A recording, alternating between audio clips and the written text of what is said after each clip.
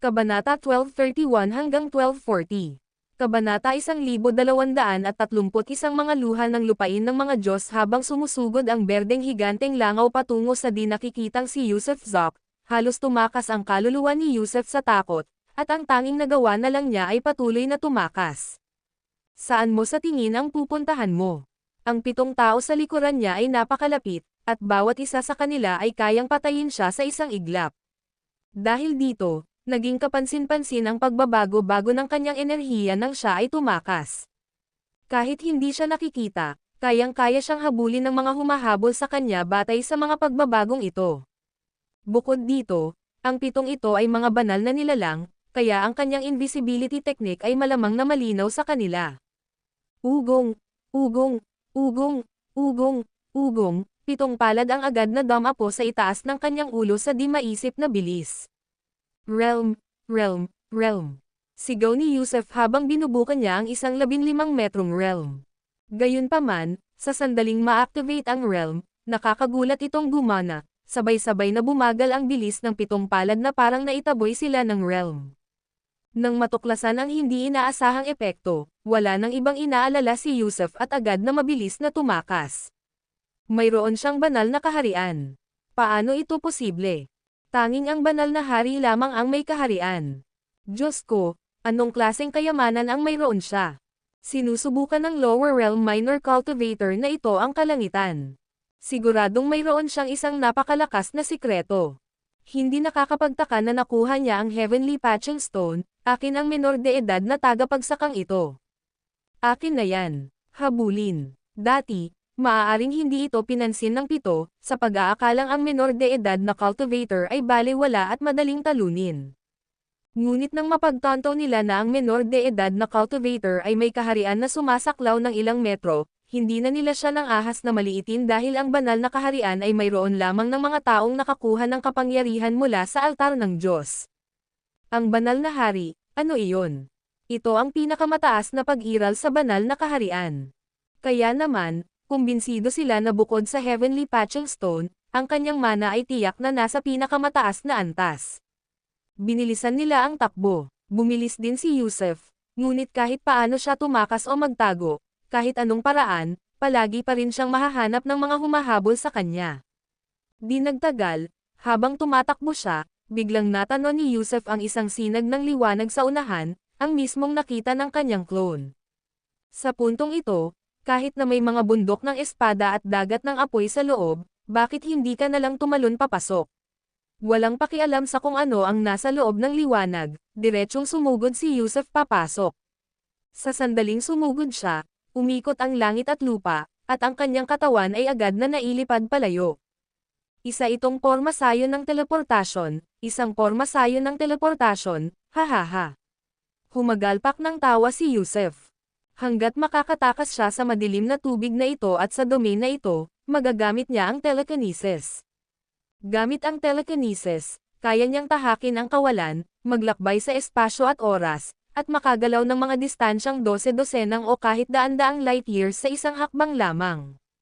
Kahit pa ang mga humahabol sa kanya ay mga banal na nilalang, tiyak na hindi nila siya mahuhuli.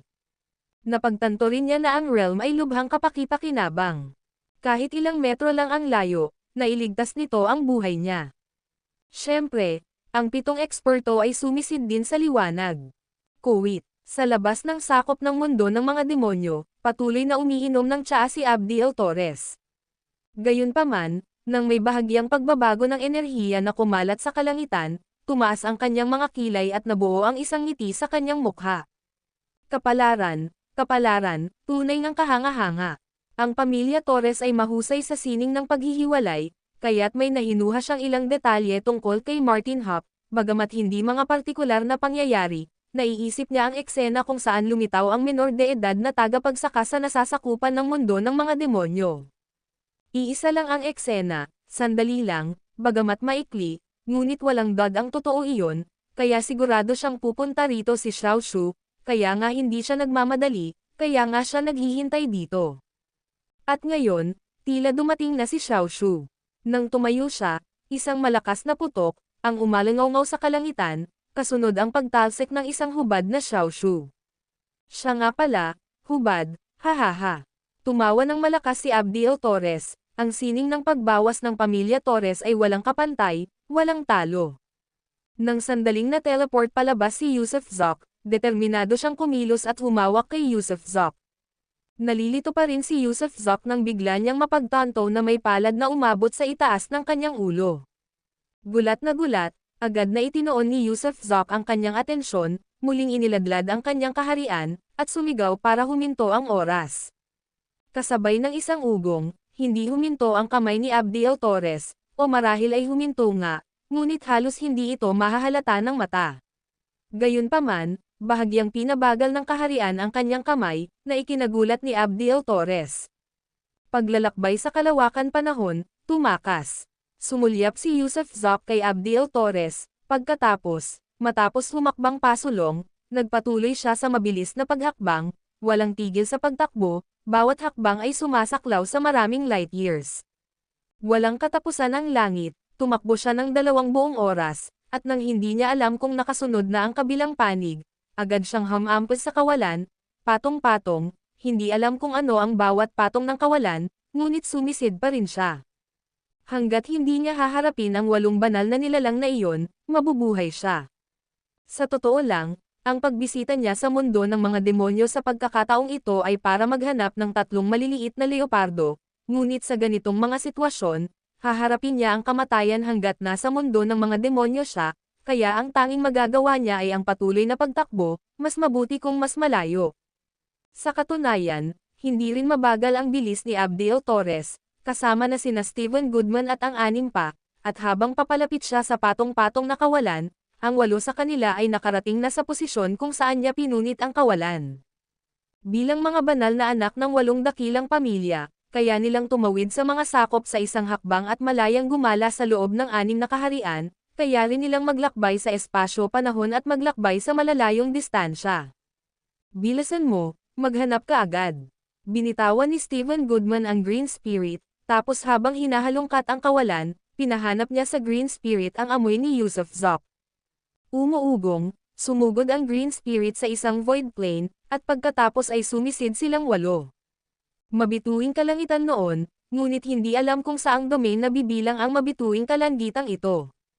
Ipinagpatuloy ni Yusuf Zoc ang kanyang desperadong pagtakbo, kahit wala siyang makitang sumusunod, palagi siyang hindi mapakali, kaya ang tanging magagawa niya ay ang patuloy na pagtakbo.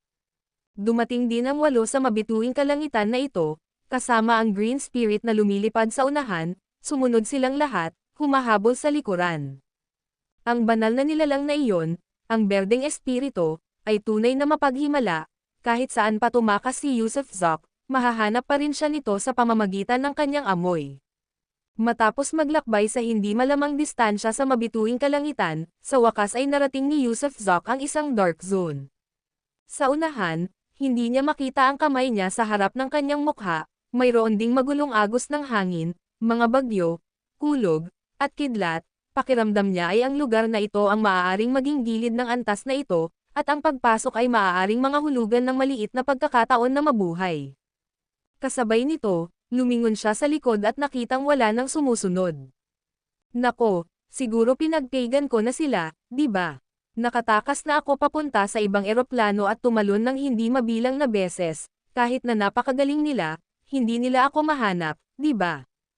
Habang nag-iisip si Yusuf Zoc, at isinasaalang-alang ang pagpapahinga sandali, biglang kumislap ang berdeng ilaw kasunod ang pagputok ng 8 lilang ilaw. Agad na namanhid ang anit ni Yusuf Zoc, nako, kayo naman. Nagngingit-ngit at sumisigaw, sumugod siya sa dark zone. At nang makapasok siya sa dark zone, hindi na niya makita ang sarili niya, wala nang kahit ano, at naramdaman pa niya ang pakiramdam ng kanyang unang kamatayan. Pakiramdam niya ay bumalik na siya sa dark space-time, malamang kakailanganin niyang maghanap ng labasan para makalabas, kung hindi ay maaari na lamang siyang gumala papasok. May mga ugong, ang Green Spirit ay tumigil at gumalaw ng paikot sa labas ng dark zone, hindi ito ng ahas na pumasok, at ang ekspresyon ng 8 eksperto ay naging pangit din. Ito ang maalamat na lupain ng pag-iyak ng Diyos, kahit ang mga Diyos ay mamamatay sa pagpasok sa madilim na sona na ito, sabi ni Steven Goodman na may pangit na ekspresyon. Ang video na ito ay edited by Urban Storytelling. Kabanata 1232. Anong klaseng lugar ito? Pinahinto si Stephen Goodman at ang ilan pang iba sa labas ng Land of Heavenly Tears, hindi dahil hindi sila makapasok, kundi dahil hindi sila nang ahas. Maging ang Divine Insect Green Spirit ay nanatili lamang sa labas, takot na sumisid pa ng mas malalim. Ano ang lupain ng mga luha sa langit? Ito ay isang lugar kung saan kahit ang mga Diyos ay iiyak pagpasok, isang lugar ng kawalan ng pag-asa, na sa huli ay haantong sa kamatayan. Ang mga ganitong lupain ng kawalan ng pag-asa ay hindi natatangi, sa malawak na kalawakan ng napakaraming kalangitan, ang bawat kaharian ay may kanya-kanyang lugar ng kawalan ng pag-asa. Walang sino mang pumasok sa mga lugar na ito ang muling lumabas, kalaunan ay naglaho mula sa mga talaan ng kasaysayan hanggang sa ang mga ito ay nakalimutan na. Kapag nakapasok na siya, tiyak na mamamatay siya. Huminga ng malalim si Nolan Burger at sinabing, wala ba siyang sariling mundo ng bulsa? Kung nagtatago siya sa loob ng kanyang pocket universe, hindi siya dapat mamatay, di ba? Ang nagsalita ay si Savannah Arellano. Gayunpaman, pagkatapos niyang magsalita, lahat ay tumingin sa kanya na parang isa siyang tanga. Sa tingin mo ba ang mga pocket universe ay kasing karaniwan ng mga bato sa lupa? Sa pagsasabing mayroon siyang pocket universe, naniniwala ka ba? Sa pinakamarami, isa itong natural na bulsang universo na bumuo ng isang magic treasure, at hanggat isa itong magic treasure, ito ay mabubuwag. Malamig na sabi ni Stephen Goodman. Tama, tumango si Abdiel Torres at nagpatuloy, ang pag-unawa ng mga cultivator ng lower realm na ito sa mga pocket universe ay ibang-iba sa atin. Iniisip nila na kapag nakuha na ang isang natural na pocket universe, nagiging pocket universe na ito, pero mali iyon. Ang isang tunay na maliit na sansinukob ay dapat matugunan ang dalawang pangunahing kondisyon at marami pang maliliit, isa na rito ang pagiging hindi matutukoy ng makalangit na daw. Ang pangalawa ay dapat nitong takpan ang Chaos Chi upang patatagin ang maliit na universo, at ang Chaos Chi ay umiiral lamang sa simulan ng langit at lupa. Kaya, hindi siya isang pocket universe, isa lamang itong magic treasure na may katangian ng isang pocket universe. Mukhang ang Sky Repairing Stone ay malilibing magpakailanman sa Land of Heavenly Tears.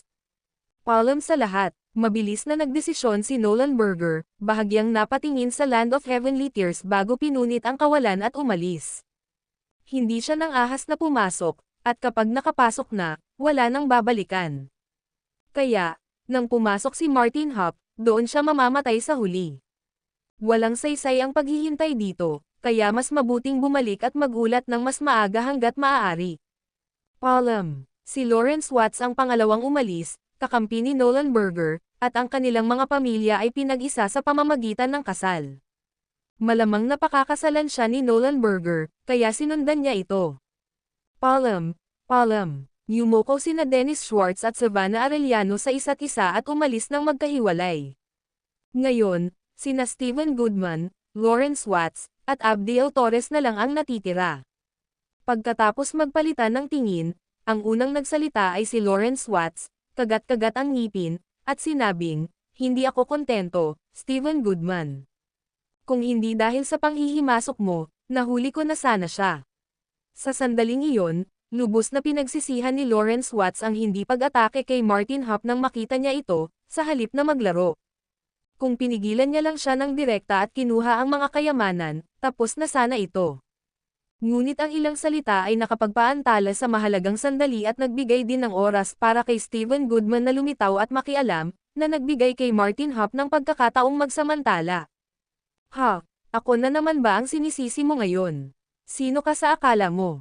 Malamig na tumawa si Stephen Goodman. Ikaw. Nabulunan si Lawrence Watts, hindi makasagot, dahil sa kanilang 8, si Stephen Goodman nga ang pinakamalakas.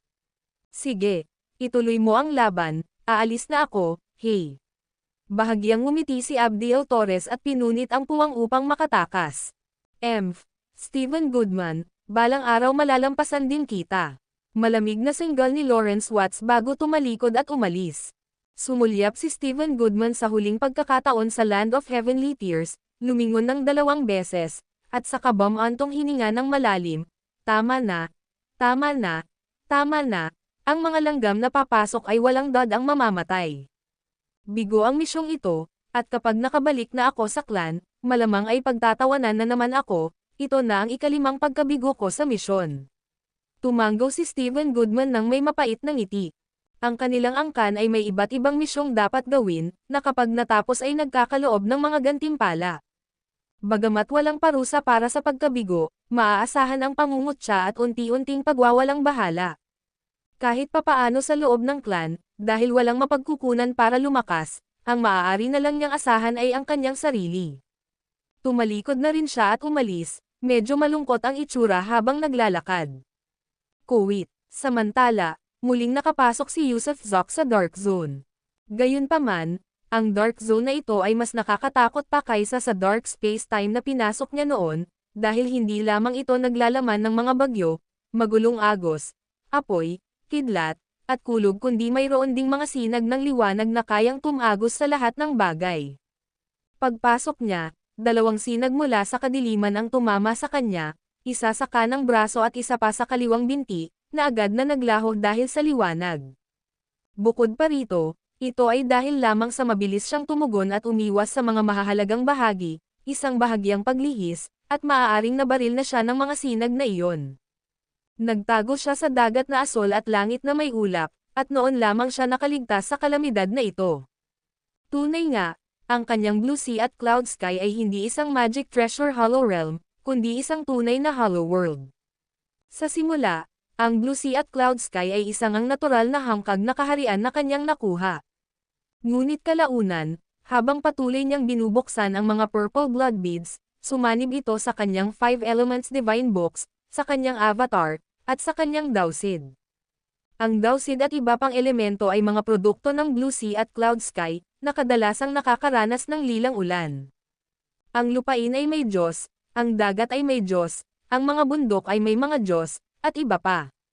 Sa simula, ang dagat na asol at langit na may ulap ay napakalaki, ngunit pagkatapos ng mga pagbabago, ito ay kasing laki lamang ng isang planeta.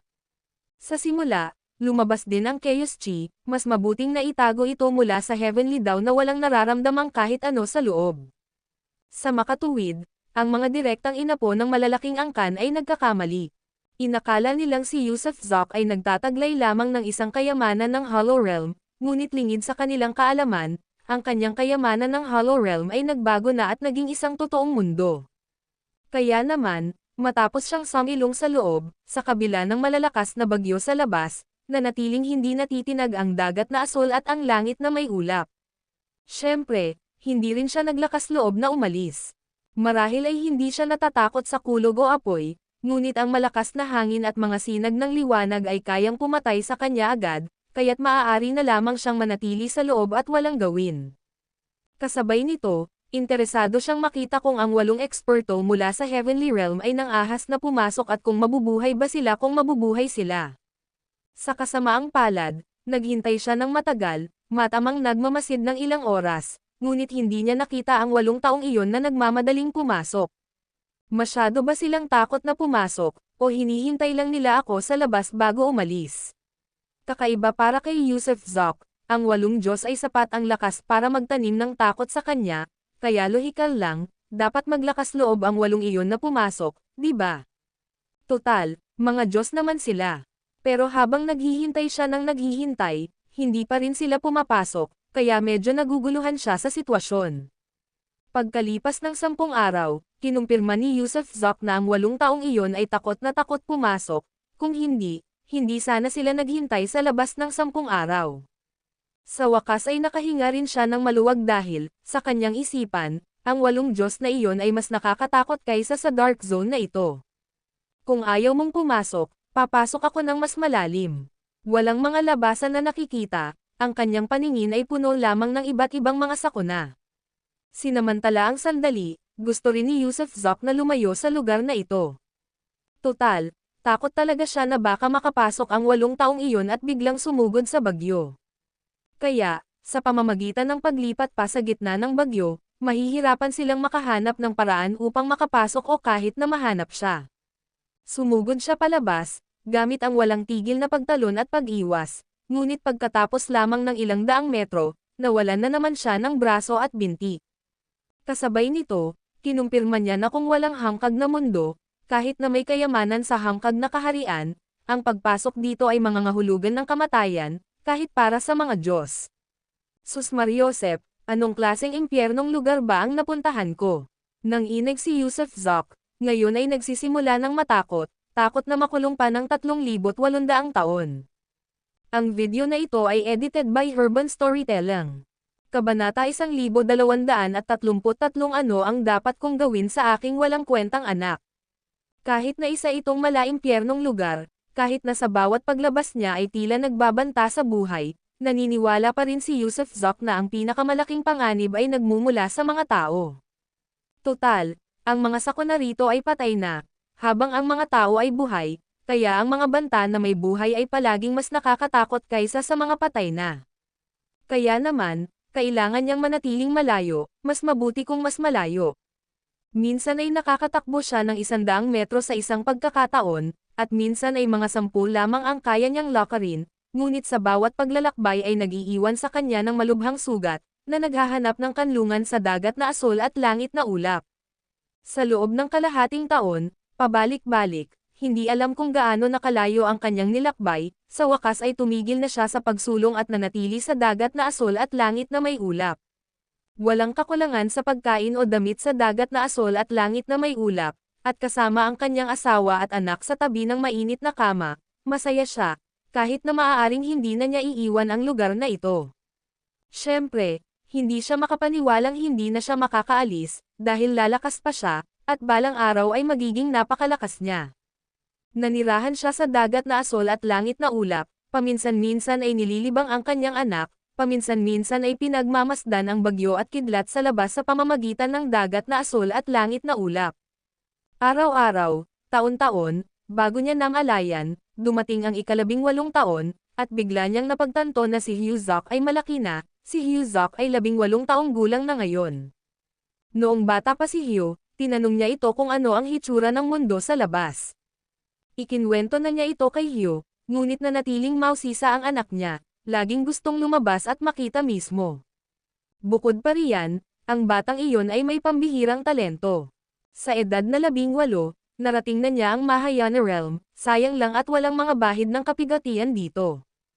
Kung mayroon man, maaaring dumaan na si Hugh Zok sa Cross the Tribulation Ascension. Siyempre, may isang bagay na nagpasakit ng ulo kay Yusuf Zok, dahil si Hugh ay napaka simple. Paano ko ba dapat ipaliwanag? Hindi bobo, pero hindi rin naman masyadong matalino. Ang bata ay napakatapat, laging nakangisi, tinawag pa nga siya ng kanyang mga tiyahin na, Simple Hugh. Naalala ni Yusuf Zok ang kanyang pagiging tuso at pilyo noong bata pa siya, na maraming ginagawang mga panlilinlang, ngunit tila mas simple lang ang kanyang anak. Hindi niya sasabihing maaaring mailigaw ang anak niya dahil lang sa ilang candy, pero hindi naman malayong mangyari iyon. Madalas na naiinis sina Yusuf Zok at Ruth Wilcox tungkol dito. Sa katunayan, mas gugustuhin pa nilang maging medyo mas makulit, medyo mas dominanti ang kanilang anak. Total, ang mga masasamang tao ay mas humahaba ang buhay at umuunlad sa buhay. At kumusta naman si Hugh Zok? Kung aalis siya sa Blue Sea at Cloud Sky, malamang na malinlang siya hanggang sa mamatay. Ang personalidad ni Hugh Zok ay kabaligtaran ng kay Yusuf Zok, mabait ang bata, ngunit isang tunay na simpleng Hugh. Sa katunayan, alam ni Yusuf Zok sa kanyang puso na ang kanyang anak ay isang tunay na hanggal. Pero kahit ano paman, anak niya iyon, kaya kinailangan niyang tiisin kahit ang pagiging hanggal niya. Bukod pa rito, palagi niyang sinusubukang magtanim ng ilang masasamang ideya kay Hugh, tulad ng palihim na pagpasok sa Elven Tribe residence para silipin ang mga magagandang duwende na naliligo, at pagkatapos ay lumilikha ng mga pagkakataon para kay Hugh na gumawa ng mas masasamang gawain, kahit na binigyan pa siya ng aphrodisiac habang naglalaro ito kasama ang isang magandang duwende. Gayunpaman, kadalasan ay hindi nangyayari ang mga bagay ayon sa plano, at kahit gaano pa niya ito subukang turuan, ang isang simpleng tao ay hindi matututong maging masama. Muntik nang mabilaukan ni Hugh ang sarili pero hindi man lang niya inatake ang ganda ng duwende. Noong 18 kaarawan ni Hugh, matapos kumonsulta sa pinuno ng mga duwende, tinawag ni Yusuf Zok ang 2 babaeng duwende upang magsilbi sa pang-araw-araw na pangangailangan ni Hugh at inutusan pa nga silang magsama sa isang kama sa gabi. Ngunit pagkalipas ng 10 araw, nanatiling buo ang kawalang-muwang ng mga batang babae. Walang masabi si Yusuf Zok, paano niya nagawang magkaroon ng ganoong kating ang anak. Pero kahit na ganoon, ang hanggal ay sarili niyang dugo at laman. Bukod dito, tinuruan din ni Yusuf Zok si Hugh kung paano husgahan ang mga sitwasyon sa pamamagitan ng pagbabasa ng mga pahiwatig, at unang sumugod at pumatay kung may anumang bagay na tila mali. Tumango lang ang bata bilang pagsang-ayon, pahiwatig na naiintindihan niya, pero alam ni Yusuf Zok na ang munting pilyong ito ay may sariling timangan sa isip, sarili niyang mga ideya. Napakahirap baguhin ang pagiging simple ni Hugh Zok. Hindi ko na talaga kaya, kailangan kong makaisip ng paraan para makaalis sa madilim na mundo at pagkatapos ay pumunta sa isang planeta kung saan nakatira ang mga mortal, ipadala si Big Bull sa pagtatapon, at susundan natin siya ng palihim. Kung hindi aalis ang batang ito at makikita ang mundo sa lalong madaling panahon, magiging tunay siyang hanggal. Ikaw ang tanga, hindi naman talaga tanga ang anak ko.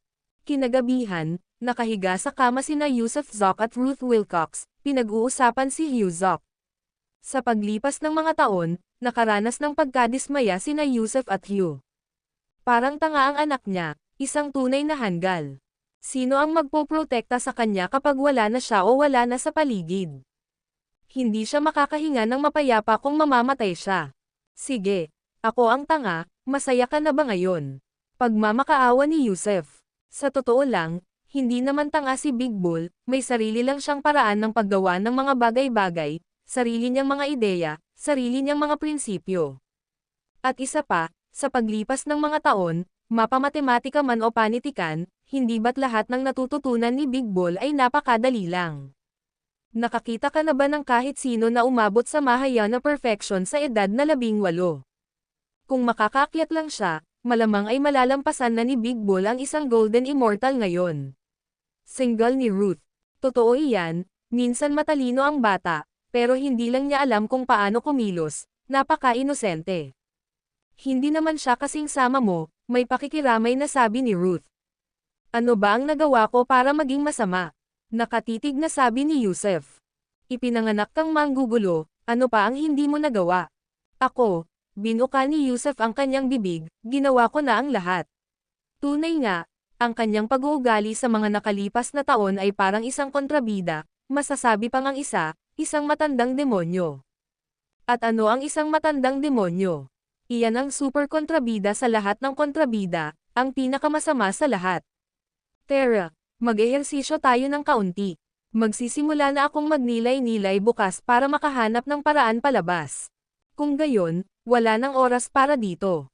Hindi na hinintay ni Yusuf ang bahagyang pagtutol ni Ruth at hinarap siya na parang isang magsasakang nagpapatalsik sa kanyang mga Panginoon. Isa pang bagay ay, sa loob ng 18 taon, ang punong bakal ay hindi namulaklak. Si Yusuf ay nagtrabaho ng husto, nagpakahirap sa gabi, uminom ng maraming gayuma para sa pagkamayabong ng mga duwende, at ang tribo ng mga duwende ay mayroon pang espesyal na laboratorio para sa pananaliksik para lang pag-aralan kung bakit hindi siya magkaanak. Ngunit pagkatapos ng 18 taon ng pananaliksik, wala silang napala. Kinabukasan, lumabas si Yusuf ng kwarto ni Ruth at nadatnan si Hugh Zok na nakaupo sa patio at nagmumuni-muni. Nang makitang lumabas si Yusuf, agad na tumayo si Hugh na may nakakalokong ngiti. Pare, gising na po kayo. Takbo ka. Ano ba ang ugali ni Yusuf? Nagliyab ito sa kaunting kislap. Kaya, ang makitang kalokohan ni Hugh, na tinatawag siyang ama, at sir, ay talagang nakakainis. Pamilya sila. Bakit kailangan pang magdinuo, at magbow? Hindi niya kailangan ng ganitong klaseng formalidad. Mas gugustuhin pa niyang marinig si Hugh na tawagin siyang matandang lalaki ka, nag-iingay ka pa rin sa edad mo, kaysa marinig ang mga pagbati niya. Napakamot lang si Hugh sa ulo niya, baka gusto mo akong sipin ng ilang beses. Ako, nako, halos maiyak na si Yusuf. Ano ang dapat niyang gawin sa isang anak na ganoon katanga? Pare, Big Bull, nanaginip ako kagabi, at pagkatapos. At saka, namula si Hugh habang nagsasalita. Sige na, huwag kang mag-atubili. Ikinumpas ni Yusuf ang kanyang kamay. Pagkatapos, bago ko pa namalayan, si Big Bull ay nasa ibabaw na ng Little Peach Blossom. Ano? Napatalon si Yusef, nanlalaki ang mga mata. Si Munting Bulaklak ng Peach ay isa sa 2 batang babaeng ipinadala ng pinuno ng mga duwende. Sige, magsalita ka pa. Tuwang-tuwa siya. Sa wakas ay nalalasap na ng kanyang anak ang mga kasiyahan ng laman, ang lubos na kaligayahan ng mundo ng tao. At pagkatapos ay pinalaki ni Big Bull ang ulo niya gamit ang mga suntok, at sinunog ko siya. Sunog ito, dapat mo siyang gamutin, hindi talaga sinasadya ni Big Bull. Nakikipaglaban si Big Bull sa mga halimaw sa panaginip, tinutunton at binubugbog ang halimaw, pero wala akong ideya na si Little Peach Blossom pala ang natatamaan ko. Ako, Sus Mariosep, kaya kitang patayin. Halos dumura si Yusef ng dugo. Tinatakot niya ang anak niya, paano niya nagawa to? Ang video na ito ay edited by Urban Storytelling. Kabanata 1234 ang puno ng bakal ay hindi namumulaklak para kay Hugh Zoc, tuluyan nang nawalan ng pag-asa si Yusef Zoc, at kasabay nito, palihim siyang nagdesisyon, paano kung palakihin na lang niya ang kanyang hanggal na anak habang buhay. Ang pagpapahintulot sa kanya na mamuhay ng walang alalahanin tungkol sa pagkain o damit at sa kapayapaan at kayamanan ay hindi magiging sayang sa kanyang paglalakbay sa mundong ito.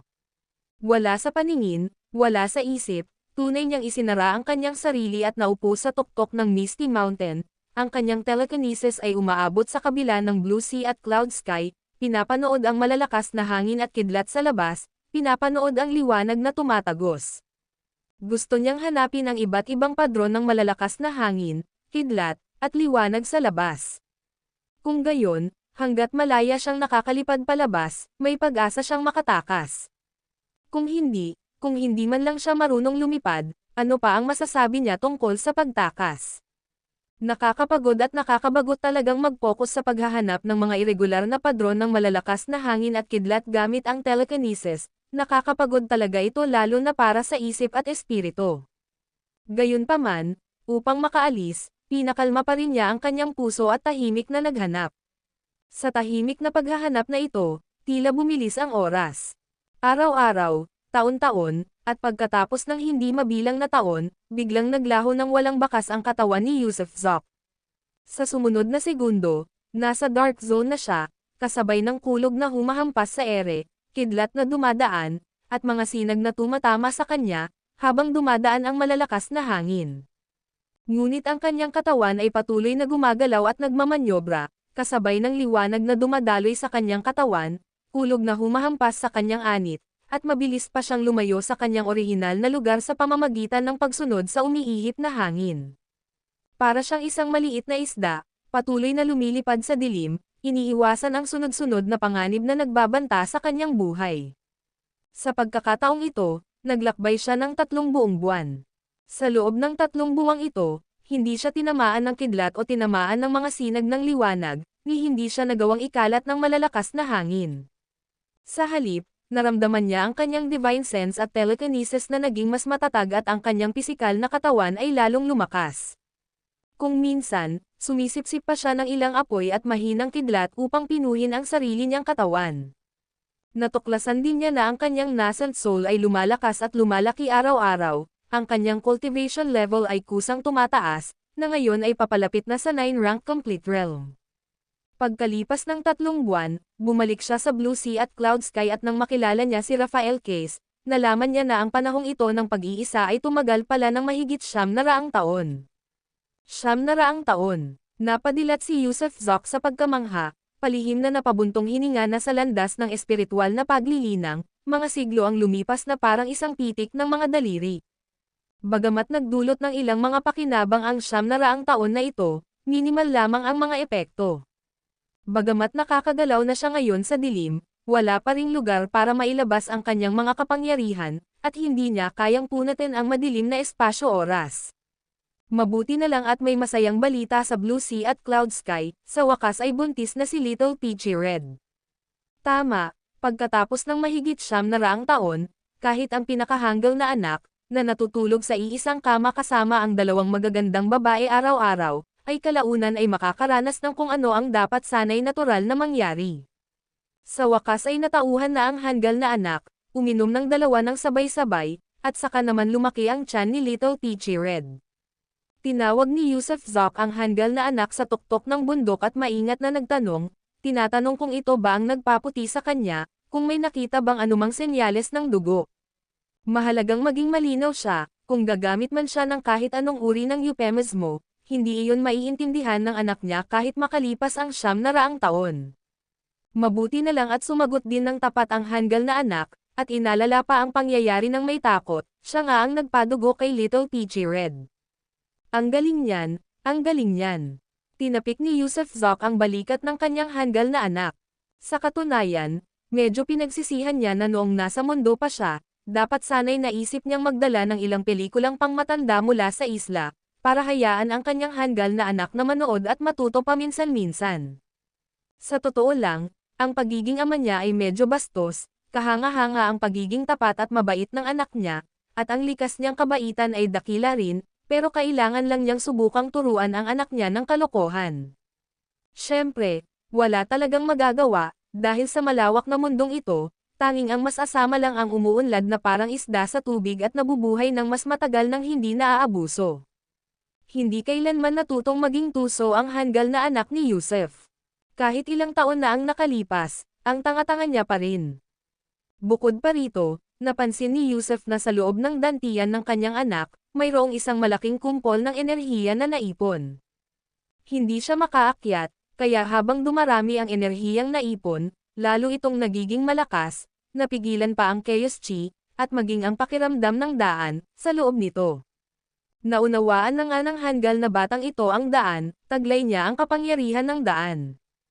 Alam mo siguro, isa lang siyang mortal small cultivator sa pinakamaraming pagkakataon, pero taglay niya ang kapangyarihan ng Wei.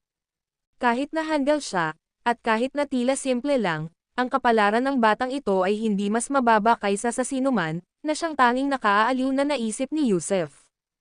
Tay, sabi po ni nanay, ako po ang dapat magpangalan sa anak ko, o kayo po ang dapat, at gusto ko pong marinig ang opinyon ninyo, ako po ba ang dapat magpangalan sa kanya, o kayo? Napakabagal at sadyang nagsalita si Hugh Zok kaya naman nailang si Yusuf. Anak mo siya, kaya dapat Hugh ang ipandulan mo sa kanya. Malaki ka na ngayon, may anak ka na, may pamilya ka na, may mga inapo ka na, kailangan mong maging responsable sa pamilya mo at itayo para sa kanila ang isang malaking imperyo. Tinapik ni Yusuf ang kanyang balikat. Kung gayon, papangalanan siya ni Hugh. May ilang pangalan na napag-isipan si Hugh, sa tingin mo ba ayos lang ang mga iyon, ama?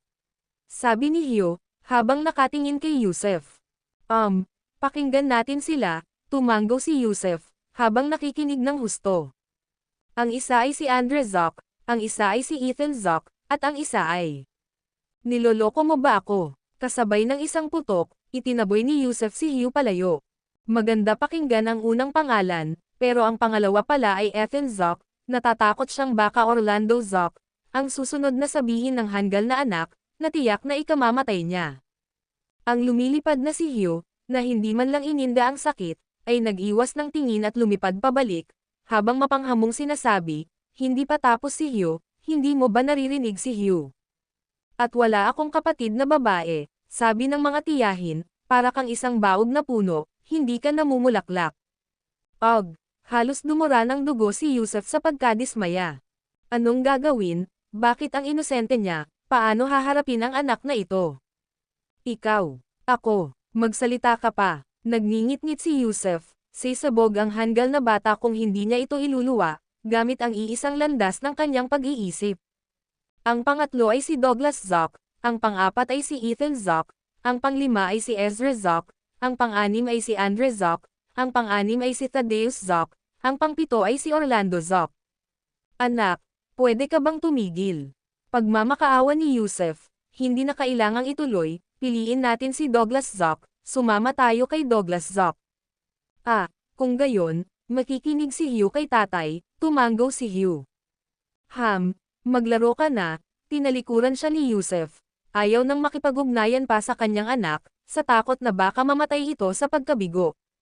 Nang makaalis si Hugh, ipinatawag ni Yusuf sina Rafael Case at Pierre, gamit ang kamay ng kataas-taasang langit upang hilahin sila palapit. Nang madakip ang dalawang hanggal na ito, sinimulan niya silang bugbugin habang sumisigaw, Ano ba ang ginagawa ninyo sa loob ng maraming taon, ha? Hindi ba't sinabi ko sa iyo na turuan mo si Hyo na maging tuso?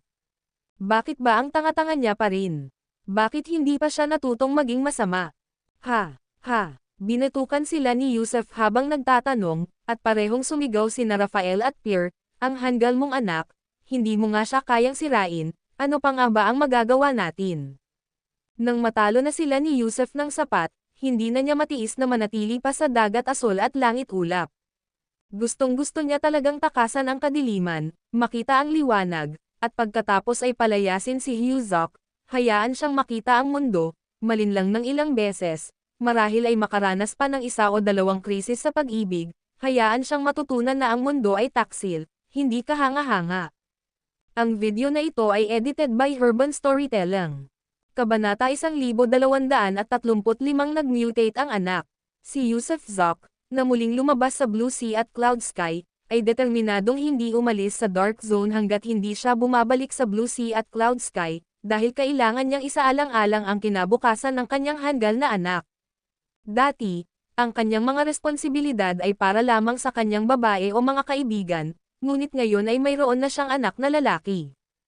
Ipinagpatuloy ng kanyang anak ang lahi, hanggal man o matalino, kinailangang ako ni Yusef ang responsibilidad sa pag-aalaga sa kanya sa buong buhay niya. Ang tinaguriang, matinding tagapagtanggol na ama, ay eksakto iyon, at si Yusef Zok ay matapang na tagapagtanggol. Patuloy siyang naglakad sa dilim, walang humpay na sumusulong. Lumipas ang mga buwan, walang katapusan at walang nakikitang daan palabas. Lumipas ang ilang taon, wala pa ring katapusan at wala pa ring labasan. Sa kadilimang ito, sunod-sunod na sakuna ang sumunod. Kung hindi dahil sa kanyang Blue Sea at Cloud Sky na nagpoprotekta sa kanya, kahit na may mga purple blood beads pa siya, mamamatay na sana siya ng ganoon.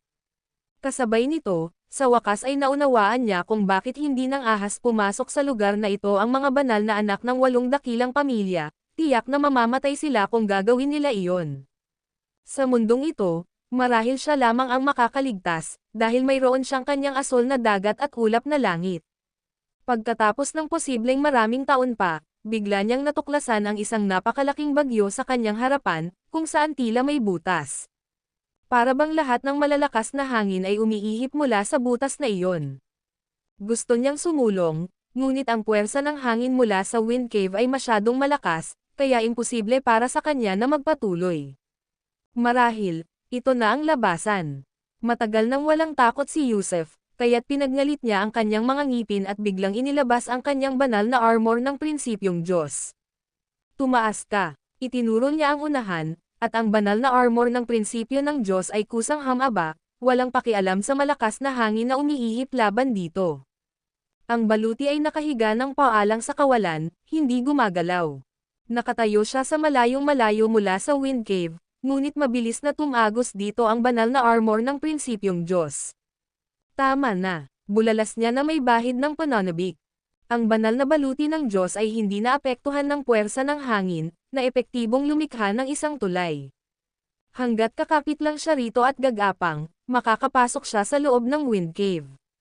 Kumuha siya ng kadena at ikinabit ang sarili sa banal na baluti, saka nagsimulang gumapang sa napakalaking banal na baluti ng prinsipyong Diyos. Mahirap ang paggapang. Napakalakas ng hangin kaya't kumapit siya sa banal na baluti na parang kuhol. Pagkatapos ng kalahating buwan, kung saan ang kanyang mukha ay napilipit ng hangin, ang kanyang mga damit ay punit-punit, at ang kanyang mga buto ay nabali ng hindi mabilang na beses, sa wakas ay gumapang siya papasok sa wind cave. Pagkatapos ay binawasan niya ang banal na armor ng prinsipyong Diyos at, habang hawak ito, sumugod sa pinakamalalim na bahagi ng wind cave. Woo! Sa loob ng wind cave, mayroong umiikot na higop, at kasunod ng higop na ito, nahulog siya sa isang kalaliman. Buzz! Buzz! Buzz! Ilang segundo lang ang lumipas, biglang tumilapon ang katawan niya, at pagkatapos ay may sumisipsip na puwersang umatake muli sa kanya, na parang sinusubukang hilahin siya pabalik. Lumaki ka! Muling lumaki ang banal na baluti ng prinsipyong Diyos, pagkatapos ay tila dumampi ito sa isang matigas na ibabaw. Nakatayo siya sa isang dulo ng banal na baluti at itinulak palabas sa gilid ng puwersang sumisipsip. Pagkarating pa lamang niya sa gilid, kung saan tumigil ang pagsipsip, ay agad na nakita ni Yusef ang isang itim na butas na may mabilis na umiikot na hangin. Isa itong napakalaking buhawi, at sa loob nito ay may mga bato at maging maliliit na planeta na umaabot ng malalim sa kawalan. Napakalaking magnetic field. Matapos ang isang mabilis na sulyap, agad na naunawaan ni Yusef kung bakit nabuo ang buhawi, dahil mayroong natural na magnetic field dito. Ang magnetikong paghila ay nakaakit ng kosmikong alikabok at maliliit na planeta, na nagsama-sama upang bumuo ng isang natural na buhawi.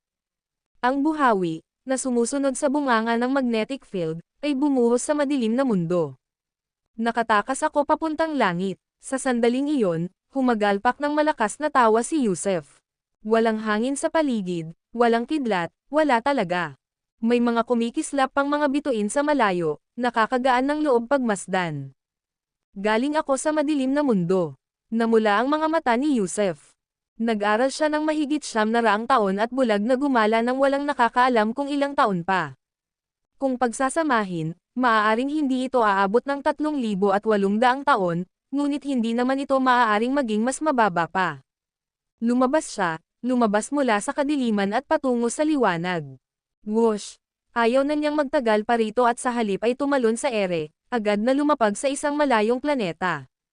Pagkatayo niya sa ibabaw, ang kanyang telekinetic na abot, na umaabot sa daan-daang light years, ay kumalat na. Mga tao. Nakakita siya ng mga tao at maraming planeta na tinitirhan ng mga tao at mga demonyo. Pero hindi sila mga cultivator, sila ay mga physical practitioner. Napataas ang kilay ni Yusef Zok, dahil sa loob ng kanyang telekinesis, nakakita siya ng maraming tao na may napakatibay na pisikal na katawan. Sa kanilang mga dantian, walang mga bagong silang na kaluluwa, walang mga gininto ang core, tanging ang kanilang napakalakas na pisikal na anyo lamang. Baka naman ibang eroplano ang nasakyan ko. Hindi ba sakop ng orihinal na Immortal Realm? Naalala ni Yusef Zok noong nasa Netherworld siya, habang binabasa ang Book of Life and Death, na mayroong 3,001 Immortal Realms, at ang kinabibilangan niya, Immortal Realm man o Mortal World, ay bahagi lamang ng isang Grand Circulation Plane, o masasabing isa sa mga mundo sa loob ng Heavenly Realm. At ngayon, malamang ay nakarating na siya sa isa na namang mundo ng Grand Circulation, na iiba sa orihinal. Huwag mong isipin yan, palayain mo si Big Bull. Huminga ng malalim si Yusef Zok at, kahit anong gawin ni Hugh Zok o kung papayag ba siya, pinakawalan niya si Hugh Zok mula sa blue sea at cloud sky. Dagandong, paglabas ni Hugh Zok, may mga kaluskos at pagsabog na lumabas sa kanyang katawan, at mabilis na nabuo ang makakapal at marahas na ulap sa kanyang itaas. Anong klaseng kapigatian ito? Pinaikit ni Yusef Zok ang kanyang mga mata. Haha, kahit anong kapigatian pa iyon, hindi natatakot si Big Bull. Nasa sabik na sabi ni Hugh Zok. Pagkatapos, nang manginig ang kanyang katawan, agad na bumalot sa kanya ang banal na armor ng prinsipyong Diyos at lumitaw ang Heavenly Slayer Sword sa kanyang kamay. Tama, ibinigay ni Yusef Zok ang Heavenly Slayer Sword kay Hugh Zok. Hindi maiangat ni Hugh ang kosmikong tungkod, kaya ang espada na lang ang tanging pagpipilian. Kung gayon, anuman ang kapigatian, kung hindi mo ito malalampasan, tutulungan kitang ibagsak ito. Umatras si Yusef Zok, kasama niya ang amang ito, sa kanyang tabi, kahit ang daw sa langit ay hindi maglalakas loob na saktan si Hugh Zok. Mabilis na dumating ang kapigatian, kasabay ng lilang kulog at kidlat na tumatama, napakalakas. Ngunit taglay ni Hugh Zok ang kanyang banal na baluti at ang Heavenly Slayer Sword, at sa paglipas ng mga taon, hindi nakalimutan ni Yusef na baguhin ang katawan ng kanyang anak at turuan siya ng mga mahiwagang kapangyarihan. Kaya, walang gaanong epekto ang unang kidlat kay Hugh. Si Yusef ay lubos na nakapokus, hindi nangangahas na magambala, dahil kailangan niyang siguraduhin ang kaligtasan ni Hugh. Sunod-sunod na kulog ang tumama. Nasipsap ng banal na baluti ang malaking bahagi nito, malaki ang nahawakan ni Hugh gamit ang kanyang mga divine skills, at napansin pa nga ni Yusef na kayang sipsipin ng energy ball sa loob ng dantian ng kanyang hanggal na anak ang kidlat. Bagamat hindi nito lubusang nasipsap ang bawat ball, sinisipsap nito ang halos lahat ng enerhiya, habang si Hugh ay lalong lumalakas sa gitna ng kidlat, ang kanyang katawan ay pinino ng makalangit na kuryente. Matapos manood ng ilang sandali, alam ni Yusef na ang kapighatyang ito ay hindi makakasama sa kanyang hanggal na anak. Maaaring mangmang ang anak niya, ngunit sagana siya sa mahiwagang kayamanan at banal na kasanayan, at siya ay pinapaboran ng tadhana. Pagkatapos ng 81 kidlat, sumigaw si Hugh, nakaturo sa langit at nagmumura, "Sige, hampasin mo pa ako ng ilang beses, ilang kidlat na lang ang kulang para sa pagbabagong anyo ko." Tinakpan ni Yusef ang kanyang ulo gamit ang kanyang kamay, iniisip na ang hanggal niyang anak na ito ay medyo katulad niya, isang taong walang takot sa langit o lupa. At tila narinig ng makalangit na daw ang pagrereklamo ni Hugh. Naglaho na ang mga ulap ng tribulation, ngunit biglang, mula sa kung saan, 3 kidlat ang sabay na tumama. "Big Toro, mag-ingat ka!" Sigaw ni Yusef. Kaninong kidlat itong dumating nang walang anumang babala? Talaga bang nakinig ang langit nung daw sa mga sinabi ni Hugh? Kasabay ng tunog ng "Paf", ang anit at damit ni Hugh ay agad na nagliyab dahil sa kidlat at mabilis na naging abo, ang amoy ng inihaw na karne ay nagmumula sa kanyang balat. Gayunpaman, mula sa loob ng dantian ni Hugh, may narinig na parang isang malakas na pagsabog, at pagkatapos ay nakita ni Yusef ang bola ng enerhiya na bumukas at nagkalat sa buong katawan ni Hugh. Nag-mutate na ba siya? Tumakbo na si Yusef papunta kay Hugh, ngunit natuklasan niyang wala naman sa anumang panganib si Hugh. Sa kabaligtaran, para siyang sumasailalim sa isang mutation, kung saan ang kanyang mga buto ay patuloy na nagbabanggaan at ang kanyang laman ay muling nag-oorganisa. Ang video na ito ay edited by Urban Storytelling. Kabanata 1236 na naibenta si Hugh Zoc. Hindi matukoy ni Yusef Zoc kung anong eksaktong paghihirap ang dinanas ng bata, ngunit pagkatapos ng kanyang pagsubok, tumaas ang kanyang antas ng cultivation. Wala siya sa Transcendence Tribulation stage, ni hindi rin siya isang immortal, tila ba nag-mutate siya at naging isang bagay na hindi pangkaraniwan, higit pa sa karaniwan at ethereal. "Ama, nasaan po tayo?" Tanong ni Hugh Zoc, nakitetawid lang sa kapigatian, lumipad papunta kay Yusef Zoc, saka yumuko ng may paggalang habang nakakuyom ang mga kamao. "Hindi rin ako sigurado, sumunod ka na lang sa akin," sabi ni Yusef Zoc sabay kaway ng kamay bago lumipad pasulong.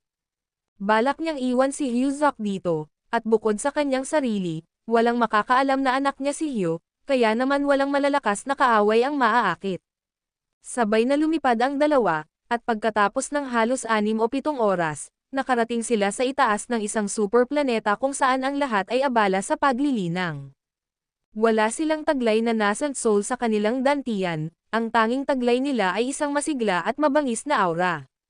Si Hugh Zoc, matapos ang kanyang kapigatian, ay natagpuan ang kanyang aura na medyo kahawig ng mga taong iyon. "Noon pa man ay gusto mo nang lumabas at makita ang mundo, di ba? Kaya, simula ngayon, iiwan na kita rito, at saka aakyat sa kaharian ng langit. Marahil ay hindi na tayo muling magkikita sa buhay na ito, at mula ngayon, ang buhay mo ay nakasalalay na lamang sa iyong sarili." "Ama, ikaw, ako," pero, natarante si Hugh Zoc nang marinig ito, kasama pa rin niya ang kanyang asawa at mga anak sa Blue Sea at Cloud Sky, bukod pa sa kanyang ina. Ano kaya ang dapat niyang maranasan sa lugar na ito? Gaano kaya kaganda kung magkakasama ang buong pamilya? Bagamat hindi na bata si Hugh Zoc noon, ang kanyang anak ay nasa hustong gulang na, ang kanyang buhay hanggang ngayon ay napakasimple lamang. Sa paningin ni Yusef, bata pa rin siya, at maging si Hugh mismo ay itinuring ang kanyang sarili na isang bata. Namumula ang kanyang mga mata, gustong magmakaawa kay Yusef, ngunit pagkatapos ibuka ang kanyang bibig, wala siyang masabi. Kilala niya ang ugali ng kanyang ama, isa siyang lalaking tumutupad sa kanyang mga salita. Kung sinabi niyang iiwan niya siya rito, iyon mismo ang gagawin niya. "Huwag mong gamitin ang Heavenly Slayer Sword maliban na lang kung talagang kinakailangan, iyon lang ang masasabi ko. Anak, sana ay gumawa ka ng sarili mong mundo." Matapos tapikin ang balikat ni Hugh Zoc, biglang pinunit ni Yusef ang tela ng espasyo at agad na naglaho. Lumuhad si Hugh Zoc, umaagos ang mga luha sa kanyang mukha, paulit-ulit na yumuyuko sa direksyon kung saan nawala si Yusef. Gayunpaman, paano nga ba talaga aalis si Yusef?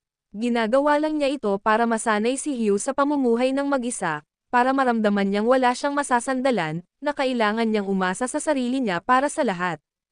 Kaya, lumipad si Yusuf mula sa isang gilid at pinunit ang tela ng kalawakan mula sa ibang direksyon, muling lumitaw, mabilis na nag-anyong isang maliit na matandang lalaki, at pumasok sa planeta.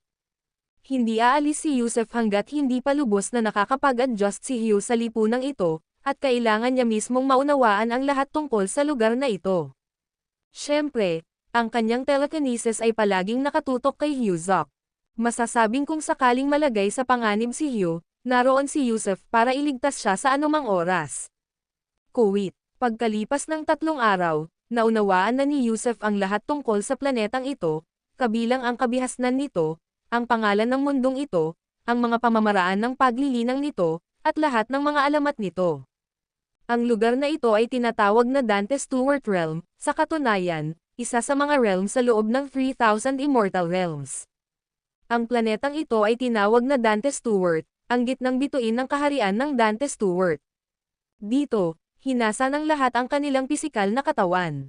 Kayang basagin ng pinakamalakas sa kanila ang kawalan gamit ang kanilang pisikal na lakas, pataas sa pagkadyos, at ang kanilang mga katawan ay singtigas ng bakal. Sinasabing ang ilan ay kayang durugan ang mga planeta gamit lamang ang isang headbutt. Bukod pa rito, ang mga immortal dito ay tinatawag na mga santo, hindi mga immortal. Halimbawa, ang pinakamababang uri ay mga ordinaryong tao, ibig sabihin ay papasok sila sa pagiging santo. Pagkatapos ay may mga ranggo tulad ng santo sa lupa, santo sa langit, santo sa immortal, at santo ng Diyos. Sa madaling salita, bagamat ang sistema ng cultivation dito ay naiiba sa immortal realm na pamilyar sa kanya, ito rin ay nakabalangkas sa mga layer at antas. Pagkatapos makihalubilo sa mga tao sa loob ng 3 araw, pinamahalaan ni Yusuf ang isang maliit na taberna at naging matandang Zok ng taberna.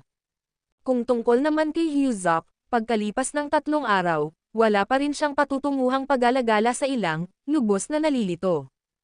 Hindi naman nagmamadali si Yusuf Zok. Dahil kakaalis lang niya ng bahay, malayo sa mga kamag-anak na kumapkop sa kanya, sa kanyang mga magulang, sa kanyang asawa at anak, kakaiba sana kung hindi siya nakakaramdam ng pagkawala. Sa ika-7 araw, nakasalubong ni Hyuzok ang isang pangkat ng mga mangangaso, at ang batang ito ay lumabas na pinagpala rin ng kanyang katangahan, binigyan siya ng isa sa mga mangangaso ng pagkain, at kalaunan, sumali siya sa kanilang pangkat. Sa ika-11 araw, nakatagpo ng pangkat ng mga mangangaso ang isang napakalaking halimaw, na hindi gaanong naiiba sa isang demon cultivator. Nagutos ang pinuno ng pangkat ng mabilis na pag-atres, at habang tumatakas ang lahat, sumugod ang hanggal na batang ito at sinampal ang halimaw hanggang sa mamatay. Pagkatapos noon, natulala ang buong pangkat ng mga mangangaso. Napakamot na lang ng ulo si Hyuzok at tumawa ng nakakaloko, isang tanawing hindi kayang tignan ng direkta ni Yusuf Zok. Hindi alam ng batang ito kung paano itago ang kanyang lakas, na ipakita na niya ang kanyang bentahe, at mukhang hindi na siya babagay sa grupo. At sa katunayan, ang koponan ay may isang pinuno, na nang gabing iyon, ay hinanap si Hyuzok, na sinasabing dapat magkaroon ng malawak na espasyo si Hyuzok para sa pagunlad, at ang pananatili sa kanilang maliit na koponan ay isang pag-aaksaya ng talento. Hindi matukoy ni Hyuzok ang mabuti sa masama, ngunit alam ni Yusuf Zok na ito ay isang hindi direktang paraan ng pagtataboy sa kanya. Masyadong makapangyarihan ang hanggal na bata, natatabunan ang kalamangan ng pinuno, paano nila siya hahayaang manatili. At kaya, umalis si Hyuzok, medyo nalilito at hindi maintindihan kung bakit. Si Yusuf Zok ay palaging isang tagamasid, nakaupo sa maliit na tavern araw-araw, sinusubaybayan ang lahat ng ginagawa ni Hyuzok, kung sino ang kanyang mga kausap, at kung ano ang ginagawa niya araw-araw, napakalinaw ni Yusuf Zok tungkol sa lahat ng ito. Siyempre, si Hyuzok, kahit na naliligaw siya, ay hindi kayang mabuhay. Kung hindi siya papayagan ng iba na sumali sa pangkat ng mga mangangaso, siya na lang ang mangangaso ng mag-isa. Sa loob ng 7 araw, napatay niya ang lahat ng demon cultivator sa loob ng halos 10,000 milya. Napahawak si Yusuf Zok sa noo niya, iniisip na naghahanap lang ng gulo ang batang ito. Kung papatayin mo ang lahat ng biktima, ano ang dapat na pangangaso ng iba? Gayunpaman, Ang bata ay talagang napakalakas. Kung ang kanyang lakas ay ayori ayon sa antas ng cultivation ng mundong ito, siya ay magiging kahit papaano ay nasa antas ng isang Heavenly Saint, una o ikalawang baitang. At ang antas ng Heavenly Saint ang pinakamataas na antas sa mundong ito. Pagkatapos maabot ang ika-12 baitang ng Heavenly Saint, wawasakin ng isa ang kawalan gamit ang kanyang pisikal na katawan. Matapos lipulin ang lahat ng biktima sa loob ng 10,000 milya, pumunta si Hyuzok sa isang maliit na bayan, at saka itinapon ang lahat ng kanyang hayop sa labas nito. Ito ay isang literal na bundok ng mga hayop, na agad na nagdulot ng kabuluhan, ang buong bayan ay kumukulo sa kasabikan. May iba pang mga pangkat ng mga ngaso sa bayan, at nang makita ang mabundok na tumpok ng mga hayop, ang kanilang mga mukha ay naging berde. Sino ba itong tanga na ito?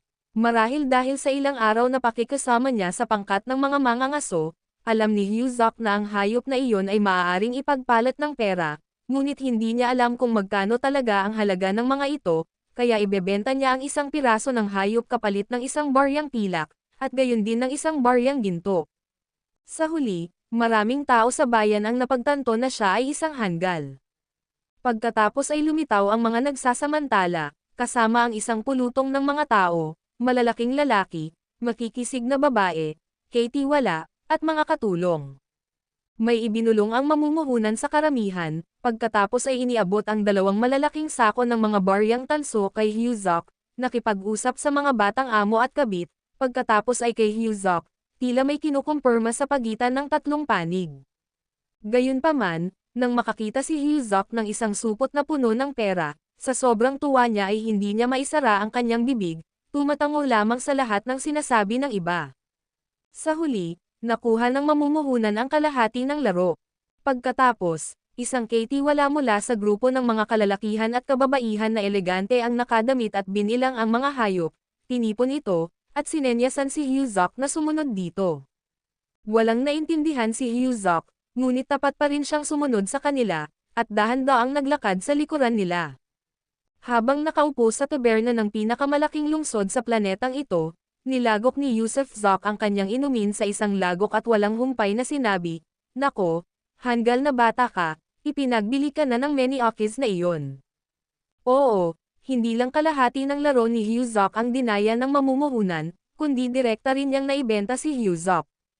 Ang video na ito ay edited by Urban Storytelling.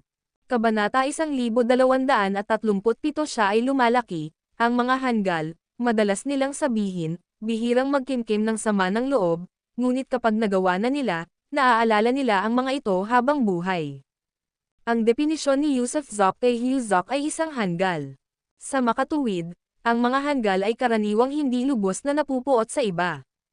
Kaya naman, kahit na ipinagbili siya ng tusong mga ngalakal, hindi siya nagtanim ng matinding puot nang malaman niya ito, sa halip, siya ay masaya, iniisip na tinulungan siya ng mga ngalakal.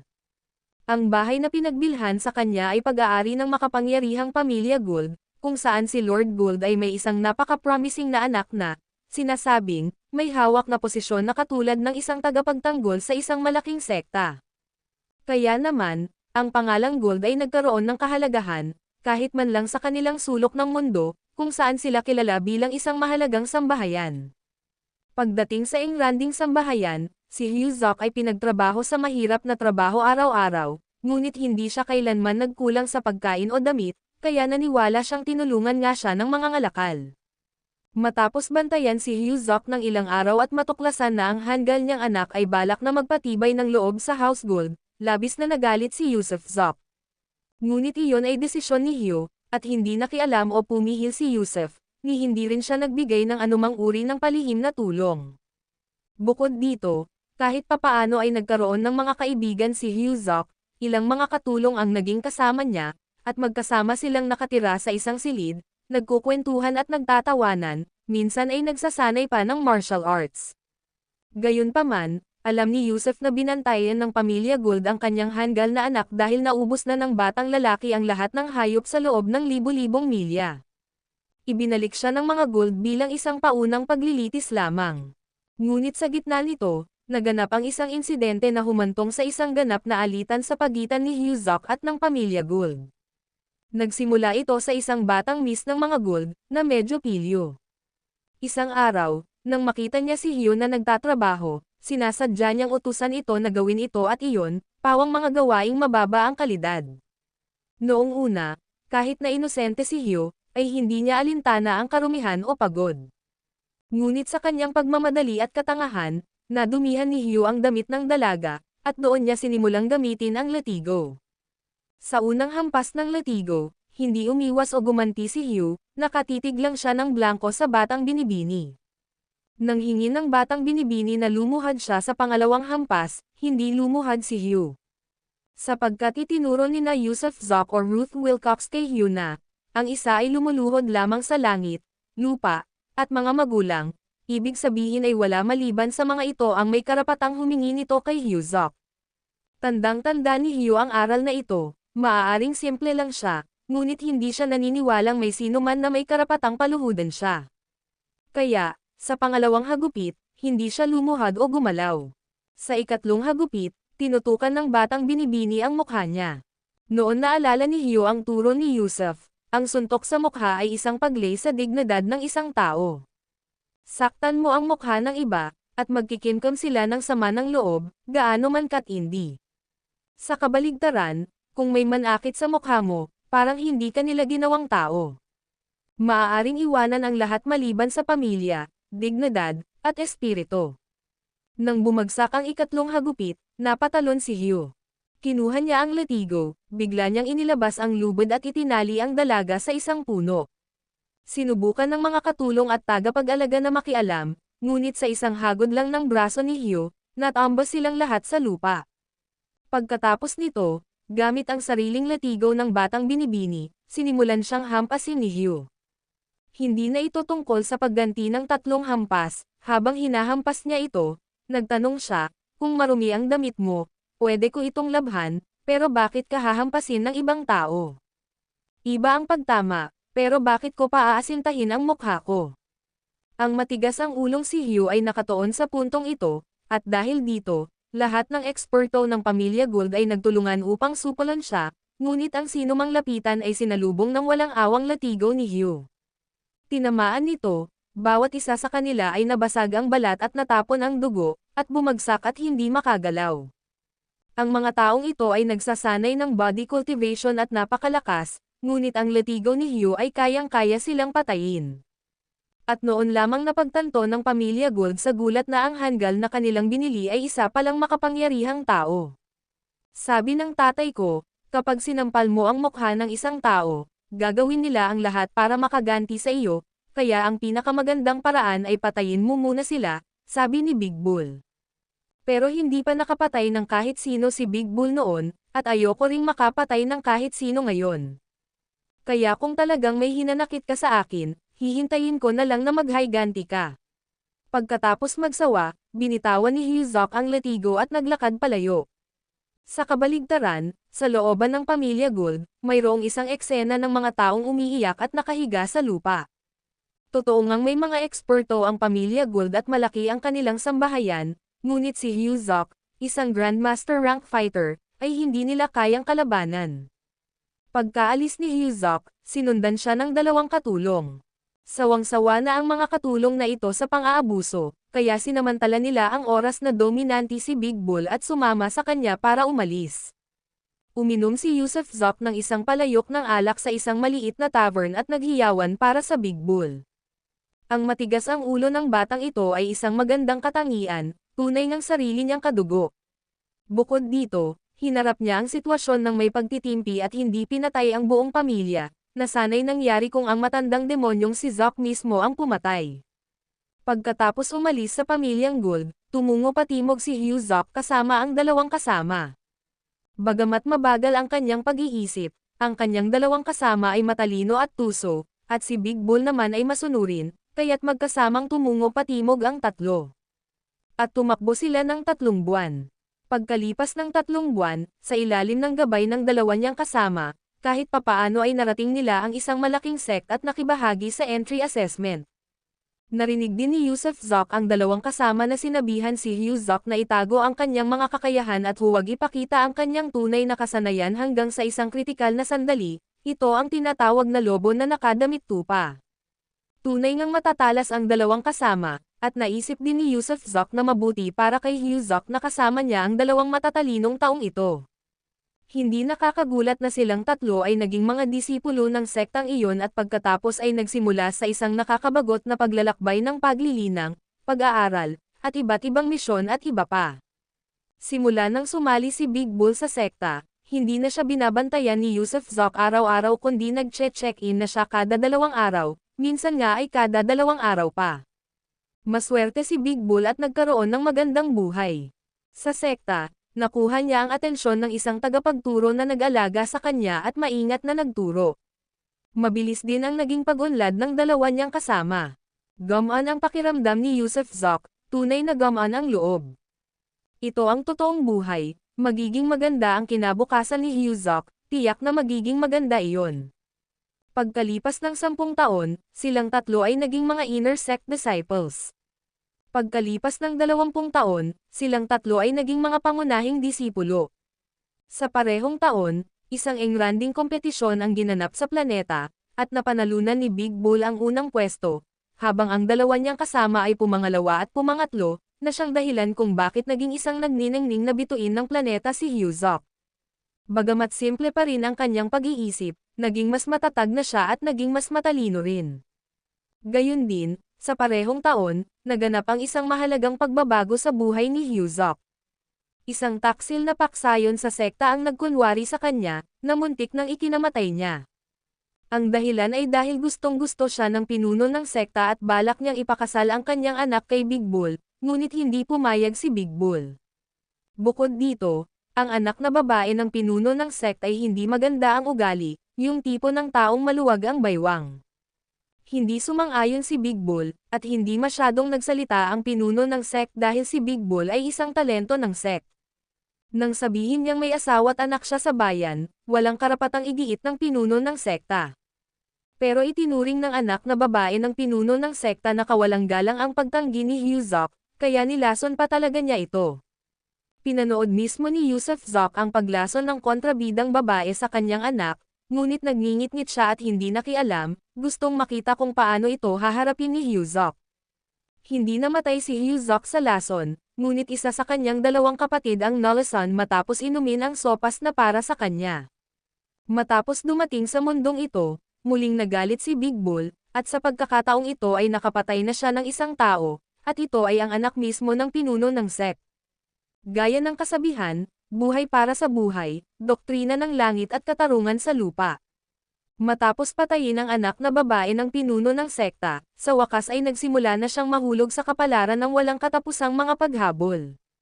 Tumanda ka, mag-isip ng malalim, ito ang tunay na buhay. Habang pinapanood ni Yusuf Zok ang paghihiwa ni Hyuzok sa liwanag ng espada at pag-ulan ng dugo, na sumasabog ng patong-patong ng pagkubkob, kumukulo ang kanyang dugo sa kasabikan. Sa pamamagitan lamang nito tunay na lalaki ang kanyang anak. Ang video na ito ay edited by Urban Storytelling. Kabanata 1238 Palom Landen Torres. Pagkatapos ng 20 taon ng paghihirap, ng mga engkwentro sa sunod-sunod na estranghero, si Hyuzok ay talagang lumaki na, bagamat na natili siyang walang muwang, hindi na siya ang Hyuzok na ibebenta at tutulong pa rin sa iba na magbilang ng pera. Pinanood ni Yusuf Zok ang kanyang panghuhuli, pinanood siyang tumatawid sa sunod-sunod na mapanganib na mga pintuan, pinanood siyang mahinahong nag-aaral at nag-iisip ng mga estratehiya, alam ni Yusuf Zok na ganap na siyang nakapasok sa mundong ito. Ang kanyang kinabukasan ay puno ng hindi mabilang na mga panganib, ngunit puno rin ng liwanag. Sa wakas ay lumipad na ang batang agila sa kalangitan. Pinalabas ni Yusuf Zok sina Per at Rafael Case, at ang tatlong lalaki ay naupo sa isang tavern at nag-iinuman buong gabi bago umalis si Per at si Rafael Case ang pumalit sa tavern. Pagkalipas ng 3 araw, natagpuan ni Per si Hyuzok at binigyan ito ng 3 bagay, kabilang na ang 2 magic treasures at isang liham. Isa sa mga mahiwagang kayamanan ay ang pananggalang na baluti na personal na ginawa ni Yusuf Zok noong siya ay naglilibang sa loob ng 20 taon. Malaki ang ibinuhos niyang pagsisikap sa armor na ito, gamit ang hindi mabilang na essence do at pinagsama-sama ang iba't ibang mahahalagang materyales na nakolekta niya sa mga nakalipas na taon. Gamit ang armor na ito, napakakaunti sa mundo ang kayang pumatay kay Big Bull. Isa pang mahiwagang kayamanan ay isang singsing, ang singsing ng Diyos, na nakuha ni Yusuf Zok nang patayin niya si Nadja Burger sa palasyo ng Yangshen. Ang singsing ng Diyos ay naglalaman ng isang malawak na espasyo na maaaring magkasya sa mga buhay na tao. Gayunpaman, ang singsing ay tinatakan gamit ang Great Silang Technique. Kung gustong basagin ni Hugh Zok ang selyo, kakailanganin niya ng 3 patak ng kanyang essence blood. Tungkol sa kung ano ang nasa loob ng singsing, hindi niya sinabi sa liham, ngunit sinabi niya kay Hugh Zok na kung balang araw ay makaramdam siya ng lubos na kawalan ng pag-asa at tunay na mahaharap sa kamatayan, dapat lamang siyang magpatulo ng 3 patak ng essence blood sa singsing, at iyon ang magliligtas sa kanyang buhay. Ipinaalam din ng liham kay Hugh Zok na aakyat siya sa kaharian ng langit, at maghihintay siya roon para salubungin siya ni Big Bull. Tunay ngang handa nang umalis si Yusuf Zok, naiwan si Naper at Rafael Case, na parehong nagpamana ng mga artifact kay Hugh Zok, kaya maliban kung may isang Diyos na bumaba sa lower realm, walang makakapatay sa kanya. Umasa siyang ang kanyang anak ay lalagaw ng mag-isa, tulad ng isang panla na sumisipsip sa sustansya ng mundo, at kalaunan ay magiging isang matayog na puno. Ama, makakaasa ka, hindi ka bibigwin ni Big Bull. Matapos basahin ang liham, lumuhad si Hugh Zok at napaungol ng matagal at malakas. Hindi niya alam kung maririnig siya ng kanyang ama pero gusto niyang sabihin dito na malaki na siya. Anak mo si Hugh Zok, si Yusuf Zok, at hindi siya magiging duwag. Tumalikod si Yusuf Zok at umalis, paalis sa planetang ito, sa mabituing kalangitang ito. Matapos maglakbay at umikot sa kalawakan sa loob ng halos 1 taon, nang maramdaman ni Yusuf Zok na malayo na siya sa eroplano kung saan nakatira si Hugh Zok, bigla siyang naglabas ng isang anting-anting mula sa singsing. Ang anting-anting na ito ay ibinigay sa kanya ilang taon na ang nakalilipas ni Landon Torres, na nagsabi sa kanya na kapag natagpuan na ang 5-element Skylock diagram, maaari niyang durugan ang anting-anting at lilito ito. Noong una, nang matagpuan ni Yusuf Zok ang diagram ng 5-element Skylock, hindi niya ito agad naunawaan dahil hindi niya kailanman lubos na naunawaan si Landon Torres. Bagamat natulungan niya siya at ang kanyang pamilya, palaging mayroong hindi masabi na isang bagay na naghihiwalay sa kanila. Sa totoo lang, matagal na rin niyang hinihintay na si Landon Torres ang magkusang hanapin siya, na biglang magpakita sa kanya, ngunit pagkalipas ng napakaraming taon, hindi kailanman dumating si Landon Torres. Ngayong handa na siya para sa ascension, oras na para ibigay sa kanya ang 5-element Skylock diagram. Gusto rin niyang makita kung talagang lilito agad si Landon Torres sa hindi pamilyar na eroplanong ito. Nang madurog ang anting-anting, ito ay naging isang sinag ng liwanag na naglaho sa mabituing kalangitan habang ang banal na pananaw ni Yusuf Zok ay bumalot sa buong kalawakan. Nagtataka siya kung saan manggagaling si Landon Torres at kung paano ito magmumukhang. Sigurado siyang si Landon Torres ay talagang isang banal na nilalang mula sa Heavenly Realm, ngunit kung gaano siya kalakas o kung anong antas siya, wala siyang ideya. Pagkatapos ng maraming taon, ang iyong banal na pananaw ay lumakas ng husto. Habang itinutuon ni Yusuf Zok ang lahat ng kanyang pandama sa mga bituin, biglang, isang boses ang umalangaw-ngaw sa kaibuturan ng kanyang kaluluwa. Natigilan si Yusuf Zok kaya't nanindig ang kanyang balahibo. Hindi makita si Landon Torres sa kanyang telekinesis, ngunit ang boses ni Landon Torres ay lumitaw sa kanyang isipan, at alam niyang gumagamit siya ng telekinesis. Kaya, gaano kalakas ang kapangyarihan ni Landon Torres? Whoosh! Kumislap ang liwanag at anino, at sa gitna ng pagsikip ng espasyo, isang bagay na binubuo ng malaparticle na materya ang unti-unting nabuo, pagkatapos ay tumayo ng 1 metro lamang ang layo mula kay Yusuf Zok.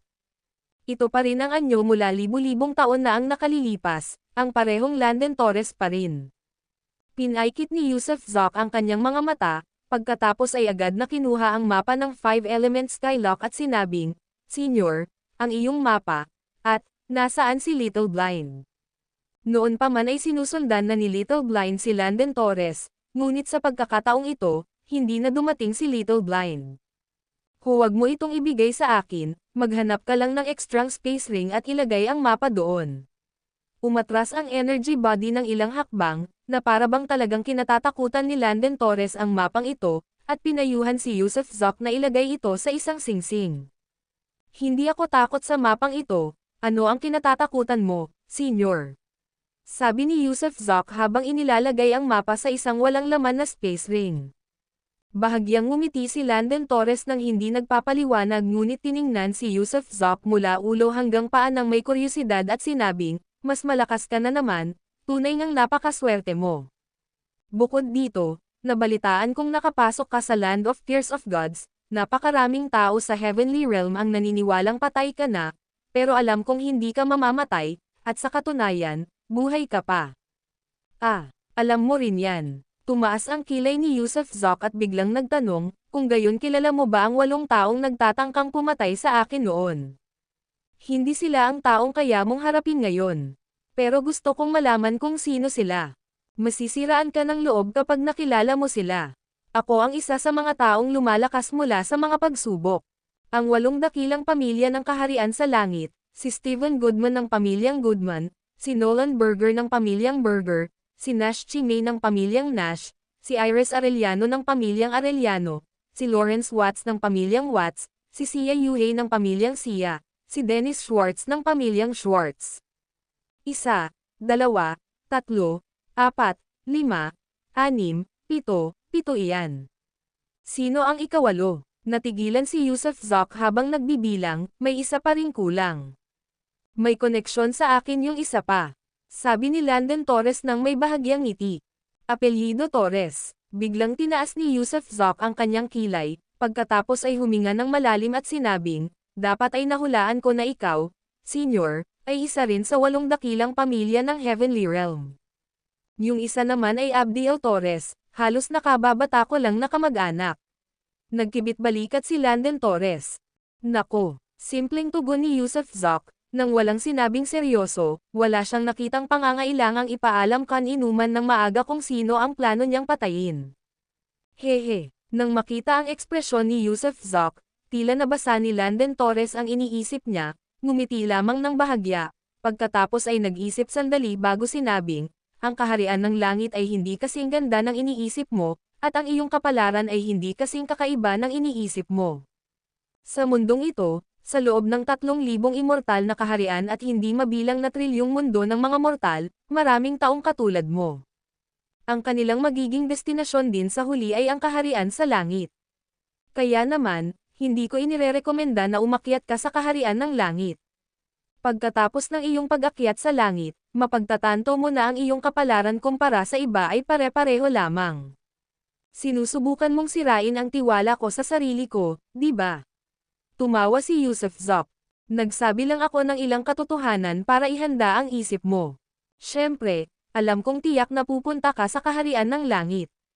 Kapag nagawa mo na, pwede mo akong hanapin sa pamilya Torres. Hanggat nandito ako, masisiguro kong ligtas ka habang buhay. Maraming salamat, kung hindi kita hahanapin sa kaharian ng langit, kanino pa ako pupunta? Kailangan mo na akong ipagtanggol pagdating ng panahon. Natatawang sabi ni Yusuf Zok. Mabuti, pumunta ka lang sa pamilya Torres at sabihin mong ikaw ang disipulo ni Landon Torres, at tatanggapin ka ng pamilya Torres. May iba pa akong kailangang asikasuhin, kaya magkikita tayong muli sa kaharian ng langit. Pagkatapos magsalita ni Landon Torres, nanginig ang kanyang katawan, at pagkatapos ay naglaho siya sa kawalan. Pagkaalis ni Landon Torres, naging seryoso ang ekspresyon ni Yusuf Zok, at nawala ang talas ng kanyang mga titig. Ang video na ito ay edited by Herban Storytelling. Kabanata 1239 na pagdaan sa banal na kalamidad sa paglipas ng mga taon, si Yusuf Zok ay talagang lumaki at naghinugso, at masasabi pang siya ay naging tuso. Dati ay hindi niya matukoy kung anong klaseng tao si Landon Torres, ngunit pagkatapos magkita muli ngayon, napagtanto niya na si Landon Torres ay hindi niya kaaway sa kasalukuyan, at tiyak na hindi rin niya kaibigan. Kung tungkol naman sa hinaharap, hindi niya alam kung si Landon Torres ay magiging kaaway o kaibigan. Siyempre, alam din niya na para makipagkaibigan sa isang napakalakas na nilalang, kailangan mo ng lakas na kapantay nila. Kung ikaw ay itinuring na langgam sa kanilang paningin, anong karapatan mong makipagkaibigan sa kanila? Paano magiging kaibigan ng isang langgam ang isang tao? Kahit magkaibigan pa sila, Ang taong nakikipaglaro sa iyo o nag-aalaga sa iyo bilang alagang hayop lang ang para sa kanila. Sa katunayan, nilinaw na ng sinabi ni Landon Torres bago siya umalis na kung tunay siyang hahanapin ni Yusuf Zoc, ituturing niya si Yusuf Zoc na parang isang alagang hayop, na nangangakong sisiguraduhin ang kapayapaan nito habang buhay. Gayunpaman, ang karakter ni Yusuf Zoc ay nakaugat na simula pa noong bata pa siya, hindi siya kailanman umasa sa iba para sa anumang bagay. Walang anumang bagay na makapagpapayukod sa kanya, at walang sino man ang kanyang mamamanhik o mamamanhikan. Nang habulin siya ng mga lehitimong anak ng 8 dakilang pamilya ng Kaharian ng Langit, maaari sana niyang durugan ang anteng-anteng ni Landon Torres at humingi ng tulong, ngunit hindi niya ito ginawa. Iyan ang kanyang karakter, nabubuhay at namamatay ako sa sarili kong kamay, bakit pa ako hihingi ng tulong mo?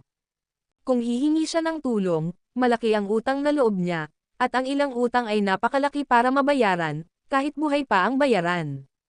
Nang matanggap namin ni Fatty ang mana mula sa mga lalaki at babaeng amo ng White Cloud Monastery sa Immortal Realm, parehong nag-iwan ng mensahe ang dalawang amo na nagbabala sa kanilang mga tagapagmana na huwag kailanman pumunta sa Heavenly Realm. Hindi maintindihan ni Yusuf Zoc kung ano ang hitsura ng kaharian sa langit at kung bakit ang pagbanggit dito ay nagdulot ng pag-aalala sa lahat, ngunit alam niyang ang kaharian sa langit ay isang lungga ng dragon at kuweba ng tigre, maaaring ito ang tunay na destinasyon ng kapalaran ng maraming tao. Hindi siya bumalik sa Blue Sea at Cloud Sky, ni hindi niya ipinaalam sa kanyang pamilya ang kanyang balak na umakyat sa Heavenly Realm, dahil ayaw niyang mag-alala sila. Muli siyang umalis sa kanyang kinatatayuan at nagpatuloy sa pagtahak sa walang katapusang kawalan, paminsan-minsan ay humahampas sa kalawakan at tumatalon sa ibang mga antas. Ang lakas niya ngayon ay naging parang Diyos. Gamit ang kapangyarihang 54 na blood beads, kaya niyang dominahin ang lahat ng mundo, maliban sa Heavenly Realm.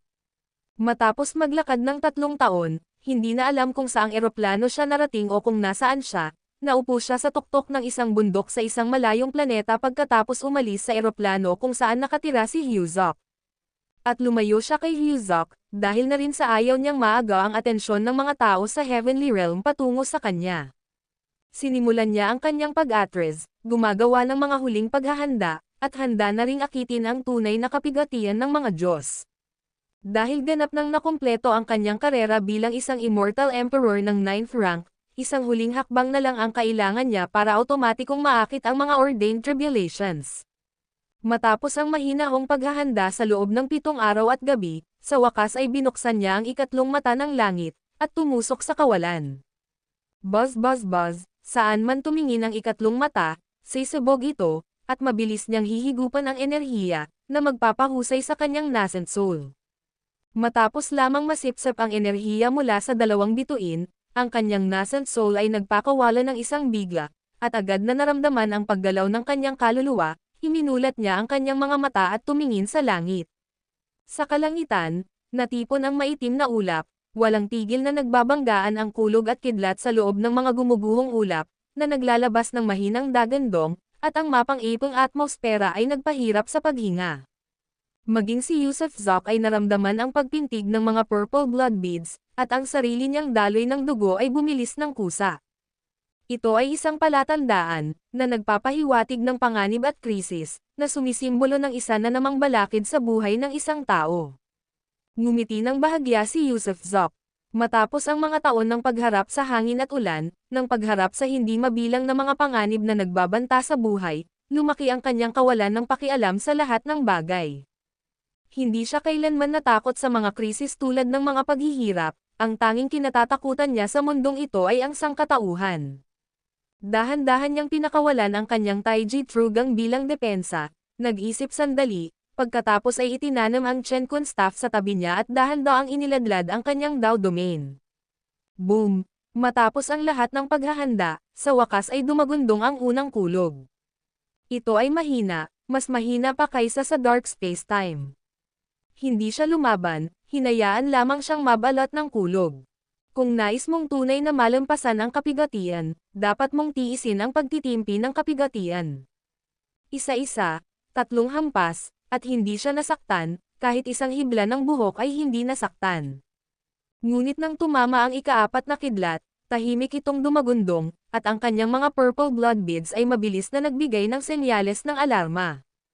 Panganib. Nagulat si Yusuf Zok, ang makalangit na kapighatsyang ito ay masyadong kakaiba, na parang may kumokontrol dito. Wala na siyang oras para mag-isip pa kaya mabilis siyang naglatag ng ilang patong ng Taiji Trugang, at sa wakas, iniunat niya ang kanyang palad, ang kamay ng kataas-taasang langit ang unang umabot para hawakan ang kidlat. Boom! Sa sandaling bumangga ang kamay ng kataas-taasang langit sa kidlat, ang kamay ay naglaho at naging kawalan, at ang ikaapat na kidlat ay nagpatuloy pababa. Bagamat umaapaw sa emosyon ang puso ni Yusuf Zok, nanatili siyang hindi natitinag na parang bundok, napakahinahon. Nang tatama na sana ang kidlat sa kanyang noo, inilabas niya ang isa pang palad, isang Taiji palm. Swoosh! Nagawa nitong hamarang sandali, ngunit nabasag din ang Taiji palm. Gayunpaman, pagkatapos ng dalawang patong ng interception, ang lakas ng Thunderbolt ay hamina ng malaki, at nang tumama ito sa kanyang patong-patong na Taiji Trugang, dalawang patong lamang ng depensa ang nagawa nitong masira, at hindi umabot sa kanyang laman. Boom! Boom! Sabay na tumama ang pang-5 at pang-6 na kidlat, dalawang magkasunod na liwanag na naglalayo ng wala pang kalahating metro. Tinaas ni Yusuf Zok ang isang kilay at mabilis na itinaas ang 4 na palad, bawat isa ay sumasalubong sa kidlat. Boom! Habang tumatama ang kanyang mga palad sa mga kulog, ang ika-7 at ika-8 kulog ay tumama, napakabilis at ilang beses na mas malakas kaysa sa mga nauna. Hindi inaasahan ni Yusuf Zok na ganito kabilis ang pagdating ng ika-7 at ika-8 kidlat kaya hindi niya nagawang makalaban ng sunod-sunod na tumama sa kanyang Taiji Trugang ang pang-5, pang-6, pang-7, at pang-8. Mas mahina ang pang-5 at pang-6 na kidlat, nagawa niyang harangan ang malaking bahagi ng puwersa ng mga ito gamit ang 4 niyang palad. Ngunit ang ika-7 at ika-8 kulog ay nakamamatay. Ang kanyang Taiji Trugang ay unti-unting natutunaw at nadudurog, at kahit na patuloy niya silang inilapag, hindi nila kayang tapatan ang lakas ng mga kidlat. Maya-maya, 2 bolt ang tumama sa kanyang noo, at ang kanyang buong katawan ay nagsimulang magbuga ng usok, na parang magliliyab anumang oras. Gayunpaman, hindi nagliyab ang kanyang katawan. Dapat maunawaan na ang kanyang pisikal na katawan ay hindi maisip na malakas, at ang kanyang nascent soul ay kayang sumipsip ng bahagi ng mga kidlat. Higit sa lahat, mabilis siyang naayos ng mga purple blood beads, kaya nagawa pa rin niyang makayanan ang ika-7 at ika-8 pagtama ng kidlat. Habang siya'y umuungol, hindi mapigilan ang pag-agos ng dugo mula sa sulok ng kanyang bibig, biglang, ang maitim na ulap sa kalangitan ay nagsimulang magkumpol at umatras. Pagkatapos, lahat ng itim na ulap, lahat ng kidlat, lahat ng kulog at kidlat ay nagsama-sama sa isang punto bago nag-iba bilang isang makapal at tuwid na kidlat na diretsyong pumapatak pababa. Chen Kun Staff. Sa wakas ay inabot ni Yusuf Zok ang Chen Kun Staff na nakatayo sa kanyang tabi. Habang tumatama ang siksik na kidlat, itinulak niya pataas ang tungkod. Boom! Bumangga ang Chen Kun Staff sa huling kulog, at pagkatapos ay nabasag ang huling kulog na iyon. Tumahimik ang langit, walang maitim na ulap at kidlat. Sa sandaling iyon, nagkaroon ng lubos na katahimikan, ngunit pagkalipas lamang ng 2 o 3 segundo, biglang may umalangaw-ngaw na pag-awit sa kalangitan, kumislap ang mga mapalad na ulap, at sa itaas ng kanyang ulo ay lumitaw ang isang makulay na portal, dahan-daang umiikot, ang makulay na liwanag nito ay bumabalot sa kanya. Sa bigla, sa sandaling naligo siya ng makukulay na liwanag, ang mga purple blood beads sa kaibuturan ng isipan ni Yusuf Zok ay hindi maipaliwanag na nagbukas ng isang bead, at kaagad pagkatapos, isang daloy ng impormasyon ang lumitaw sa kaibuturan ng kanyang isipan. Ang video na ito ay edited by Urban Storytelling. Kabanata 1240 pagkatapon sa isang malayong lugar matapos makaligtas sa banal na sakuna, nang sumikat ang makulay na liwanag sa kanya, ang mga lila at kwintas ng dugo ni Yusuf Zok ay hindi maipaliwanag na nagbukas ng isa pang butil, na nagpatalon sa bilang mula 54 patungong 55. Nagulat si Yusuf ngunit bago pa man siya nagkaroon ng pagkakataong tuklasin kung anong mga banal na kasanayan o mga espesyal na kakayahan ang dala sa kanya ng purple blood bead na ito, isang puwersa ng pagsipsip ang nagangat sa kanyang katawan, at sa isang whoosh, hinigop siya papasok sa colorful light gateways. Humuhuni, Habang siya ay nasisipsip sa colorful light gateways, mga hibla ng makukulay na liwanag, kasama ang nakakaaliw na init, ay tumagos sa kanyang katawan. Pagkatapos ay narinig niya ang mga tunog ng pagsalpukan ng sarili niyang mga buto. Bukod pa rito, ang nascent soul sa kanyang dantian, matapos masipsip ang makulay na liwanag, ay nagningning ng husto at nagsimulang umikot ng mabilis.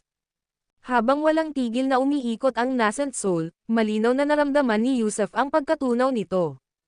Hindi natutunaw, nakikipag-ugnayan sa kanyang pisikal na katawan.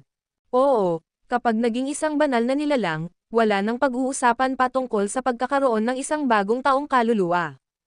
Ang iyong bagong taong kaluluwa ay matutunaw din sa iyong katawan habang ikaw ay umaakyat, magiging kaysa mo at magbabago tungo sa isang banal na katawan. Hindi naiiba ang nascent soul. Tila 2 o 3 hininga lang ang lumipas nang tuluyang maglaho ang nascent soul at maging ang dantian, napalitan ng isang perpektong integrasyon. Sa sandaling iyon, ang katawan ni Yusef ay naging bagong kaluluwa. Kasabay nito, nakakita si Yusef ng isang globo ng liwanag, isang pasukan. Sa isang kisap mata, nagmamadali siyang lumabas mula sa tarangkahang iyon. Gayunpaman, sa sandaling bigla siyang sumulpot, gulat na napagtanto ni Yusef na hindi siya makagalaw, at kasabay nito, isang paa na tila may dalang karelegan ng langit ang marahas na tumapak sa kanyang mukha. Labis na nagulat si Yusef at naghanda na tumakas patungo sa dagat na asol at langit na may ulap. Akala niya ang mga tao mula sa 8 dakilang pamilya ng kaharian sa langit ang nakaalam ng kanyang pag-akyat at pumunta upang hulihin siya. Ngunit nang akmang lalaban na sana siya, nakita niya na sa iba't ibang direksyon, kabilang ang sa malapit, ilan pang katulad niya ang naipit din ng paa ng isang tao. Kumalma siya, hindi gumagawa ng anumang padalos-dalos na galaw. Nako, isang gininto ang liwanag ang tumama, tila isang selyo. Mabilis na tinapakan ng selyong iyon ang kanyang pisngi. Ang nakapangangilabot at napakatinding sakit ay nagpaungol sa kanya, habang nararamdaman niya ang panginginig ng kanyang kaluluwa. Pagkatapos, sa kaibuturan ng kanyang kaluluwa, lumitaw ang karakter para sa alipan, sa sulat kamay ng mga pari. Tunay nga, ang karakter na alipan, kasama na ang bakas na naiwan sa kanyang mukha matapos tatakan ang selyo, ay ang karakter para sa alipan. Anong ginagawa mo? Bitawan mo ako ang kataas-taasang emperador na si Alden Baxter mula sa Heavenly Immortal Realm ni Alden Baxter, naghahanap ka ba ng kamatayan? Sa sandaling iyon, narinig ni Yusef ang isang taong sumisigaw at lumalaban hindi kalayuan sa kanya, na inaangkin ang kanyang pagkakakilanlan, isang nagngangalang Alden Baxter na tila may hawak na isang napakataas na presensya sa kanilang Immortal Realm. Tumahimik ka, kasabay ng isang putok, may humawak ng tabla at marahas na hinampas ito sa bibig ni Alden Baxter, nabasag ang kanyang mga ngipin at naging dahilan upang umikot ang kanyang mga mata sa sakit. Kalabog, lumitaw ang mga kadena, at saka napagtanto ni Yusef na nakagapos ang kanyang mga binti. Ang mga kadena ay nagliliwanag dahil sa liwanag.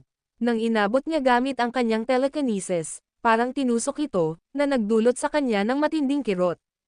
Tumayo kayong lahat, napaatras ang paa sa kanyang mukha, at mabilis na tumayo si Yusef. Tumayo rin ang iba, mga 30 mahigit ang bilang, malamang ay umakyat din sila kasabay ng kanyang pag-akyat. Makinig kayo, mula ngayon, tatawagan kayong mga alipin, sa loob ng 30,000 taon. Sa loob ng 30,000 taon na ito, kailangan mong kumpletuhin ang isang serye ng mga gawain. Kung hindi matatapos ang mga gawain, mamatay ka man o magpatuloy sa paglilingkod bilang mga alipin, ang uri ng pagkaalipin ay hindi maaalis. Siyempre, kapag nakumpleto na ang mga gawain, may partikular na mag-aalis ng tatak ng alipin para sa iyo. Saka ka lang magiging tunay na malaya. Ano? Bakit naman natin dapat gawin? Nasa maling lugar ba ako umakyat? Umakyat ako upang maging isang Diyos, ako ay isang banal na nilalang. Paano magiging alipin ang isang banal na nilalang? Isa sigurong pagkakamali iyon. Saan ang lugar na ito? Hayaan mong sabihin ko sa iyo, ako ang Snow Emperor ng malawak na Immortal Realm. Ako ay nagel-inang sa loob ng 356,000 taon upang umakyat at maging isang Diyos ngayon, hindi isang alipin. Malamang nagkamali ka, bitawan mo ako ngayon din. Lahat tayo ay mga kataas-taasang emperador, nagkakamali kayo. Maraming tao ang nagsimulang magtalo. Ang mga maaaring umakyat ay, syempre, mga kataas-taasang emperador o kahit papaano ay nasa antas ng dakilang emperador ng Yuan, kaya sa loob ng daan-daang libo o kahit milyon-milyong taon sa kanilang sariling mga immortal na kaharian, sila ay naging mga dakilang emperador, na napapalibutan ng hindi mabilang na mga asawa at kerida, bilyon-bilyong disipulo. Lahat ng kanilang ninanais ay ibinigay sa kanila.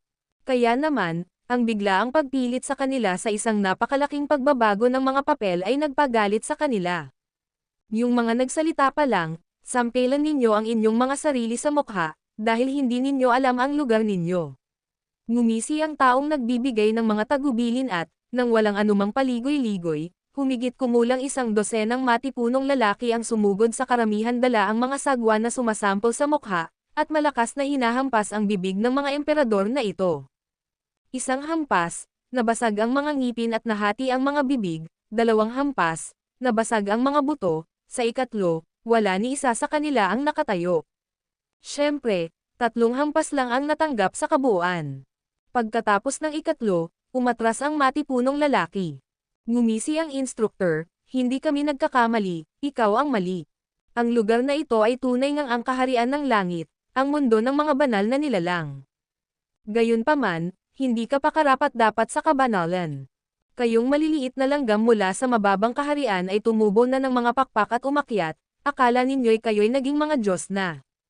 Ano ang isang Diyos? Ang Diyos ay tagapamagitan ng makalangit na daw. Ano ka ba? Kahit alipin ka, walang magkakagusto sa'yo. Sa totoo lang, hindi kalakihan ang ating kaharian sa langit, at napakarami sa inyo mula sa mababang kaharian ang umaakyat bawat taon, kaya kailangan naming mag-cult ng isang batch taon-taon. Bukod pa rito, tandaan mo, huwag mong isipin ang pagtakas, dahil kung wala ang mga espesyal na magic treasures, ang iyong uri ng alipin ay hindi kailanman maaalis. At ang mga alipin ay hindi maaaring gumala sa kaharian ng langit. Kaya, maging masunurin bilang alipin sa loob ng 30,000 taon, tapusin ang mga gawain, at pagkatapos ay maaari kang maging malaya. Sige. Kunin mo silang lahat, ipadala mo sila sa border state. Sa isang pagkaway ng kamay ng instructor, isang hubad na Hulk ang biglang nagwawagayway ng latigo. Ang latigo ay gininto ang dilaw, hindi alam ang eksaktong materyal nito, nang tamaan ito, tinamaan nito ang likod ng taong nasa dulo, na pumutol sa balat at laman. Tandaan, lahat sila ay mga kataas-taasang emperador na may napakatibay na pisikal na katawan. Bukod pa rito, dahil kakagawa lang nila ng kanilang mga banal na katawan, paano sila masasaktan ng isang normal na latigo? Pero ngayon, sa sandaling ito, wala silang kalaban-laban. Pinanood ni Yusuf Zok, ang puso niya ay kumakabog sa takot. Sa wakas ay naintindihan na niya kung bakit hindi pinayagan ng mga lalaki at babaeng amo ng Bayan Temple na umakyat sila ni Fatih.